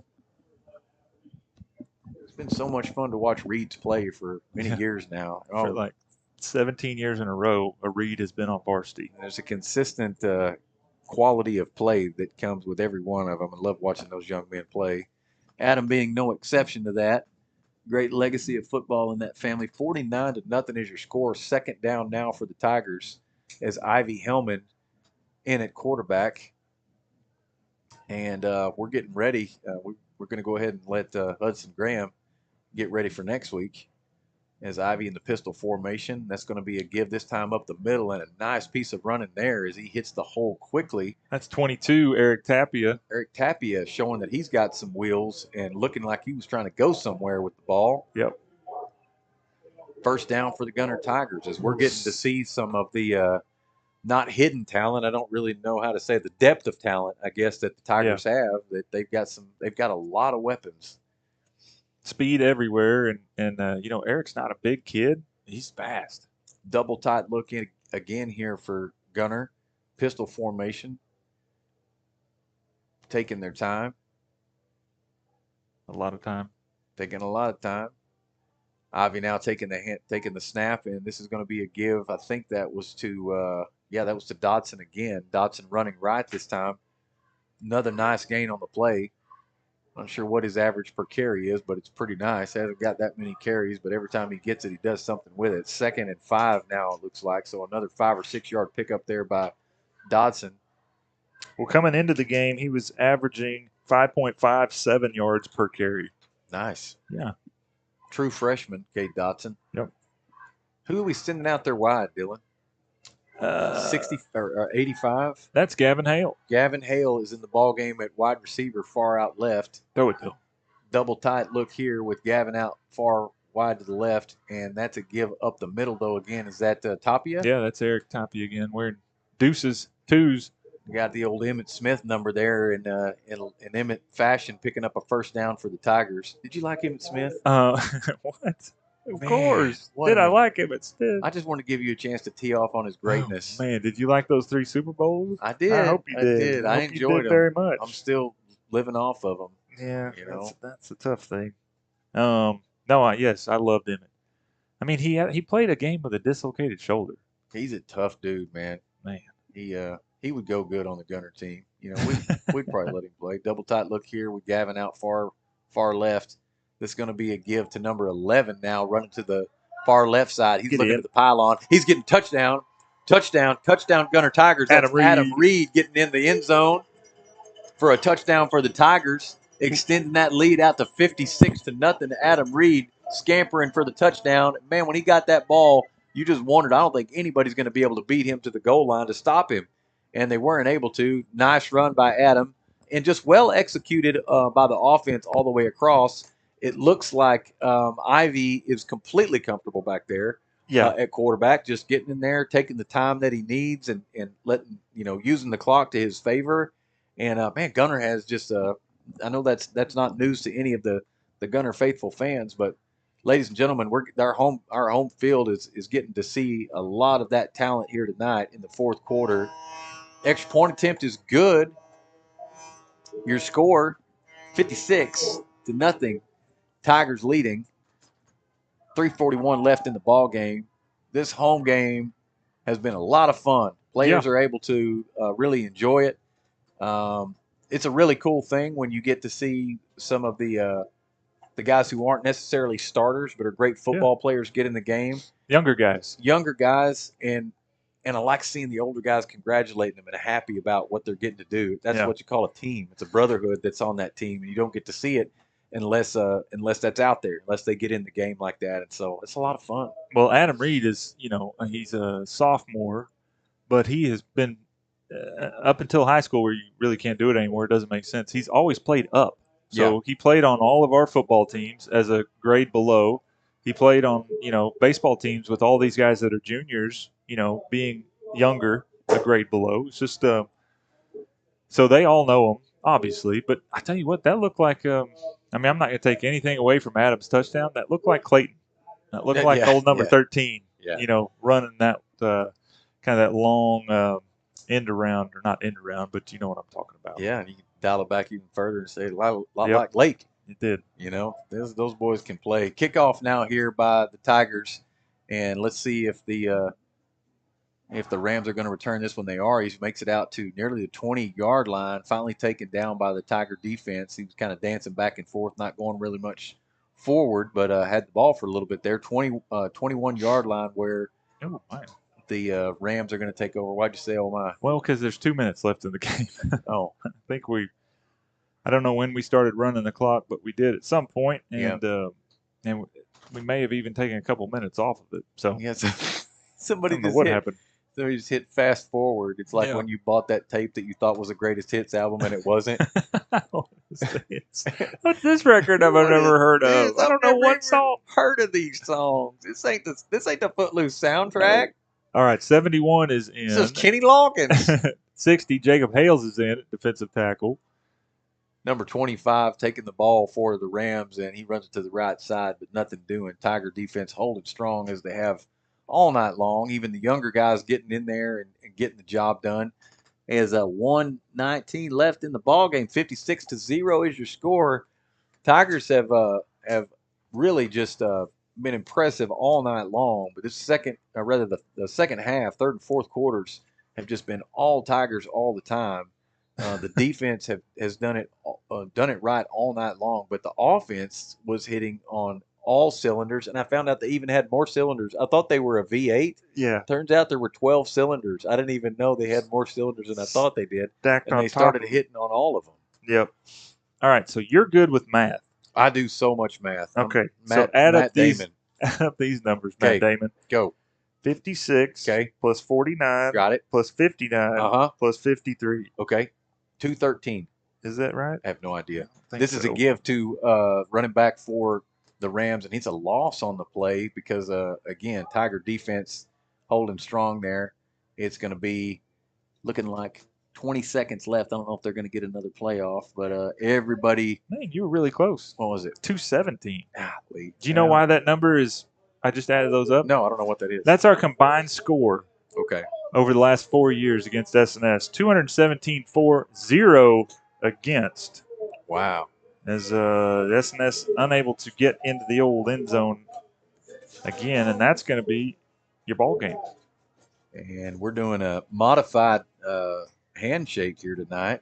No, they lined up on the wrong line. They got up on the wrong line. No, they're going to – some guys they're doing something. Yep. Something's happening. We're coming together. Dissenters. It's so funny. Like, I can't touch you even though we've been rolling around just on the field all night long. Face to face for the last 60 minutes. Well, thank you, Ashton Pinkernell, for running the camera. The real MVP. I think you did a fantastic job tonight because nobody complained that their retinas were burned from the lights, which is really my fault. And good luck tomorrow to you as you guys go to Pilot Point to beat Aubrey, which is always fun. Thank you, brother. Thank you, Ashton. And listening audience, thank y'all for joining in tonight. But I mean, I don't really think I should thank y'all. I think y'all were just really fortunate to. I mean, even though we're not good at what we do, it's hard to not enjoy a 56-0 victory by the Gunter Tigers on their home field. You just love to hear it. You love to see it. You love it. And if you don't, then take a personal inventory of what's going on. And think about you don't like little Warm Puppies or Nolan Ryan either if you don't like a Tiger win like that. So just you need to think about yourself and do some reevaluating. But no, thank y'all for joining us. Thank y'all for being here. Dylan, you got any recap you want to share with us tonight? Well, a bunch of people scored all the time. Okay. That's huge. S&S didn't? S&S didn't. S&S had 12 possessions that all ended either punt, turnover on downs, or missed field goal. Gunter getting into the end zone often and early. Hudson Graham had 2 touchdowns. Adam Reed had a touchdown. No, Hudson had 1. Raging Cajun had 2 touchdowns. Saul Rodriguez getting in on the action, got a touchdown. And the 18-wheeler Mitchell Brewer, that's 2 weeks in a row. He has found pay dirt in the end zone. Offense looked great. I'll have stat recap for us next week. We'll find out who we play, where we play them. We will We will not do video from this point on. I'll get some clarification on this, but what I believe is happening is that the UIL is going to take back control of all video broadcasting and force it through that NFHS network. And is that because Biden won, or do you think? Well, or is that breaking news? Are you breaking that here? I don't know what's going on. We don't know. No, I think that's because money. No, that there is a contract. Okay. That was signed before all of this happened, and that they probably have to adhere to that. And the fact that we get to do any video broadcasting is out of the ordinary. Normally, they wouldn't let us do that, but because people weren't going to be able to get to games this year, they wanted everybody to see them. But that apparently they don't want everybody to see the playoffs, or if they do, they want them to see it in a very specific way. Yeah. Now, I'm not sure if we are able to broadcast with the NFHS. I don't know. Okay. If there's some type of license agreement to where we have to pay, then we'll be radio only for all 6 rounds of your playoffs. Okay.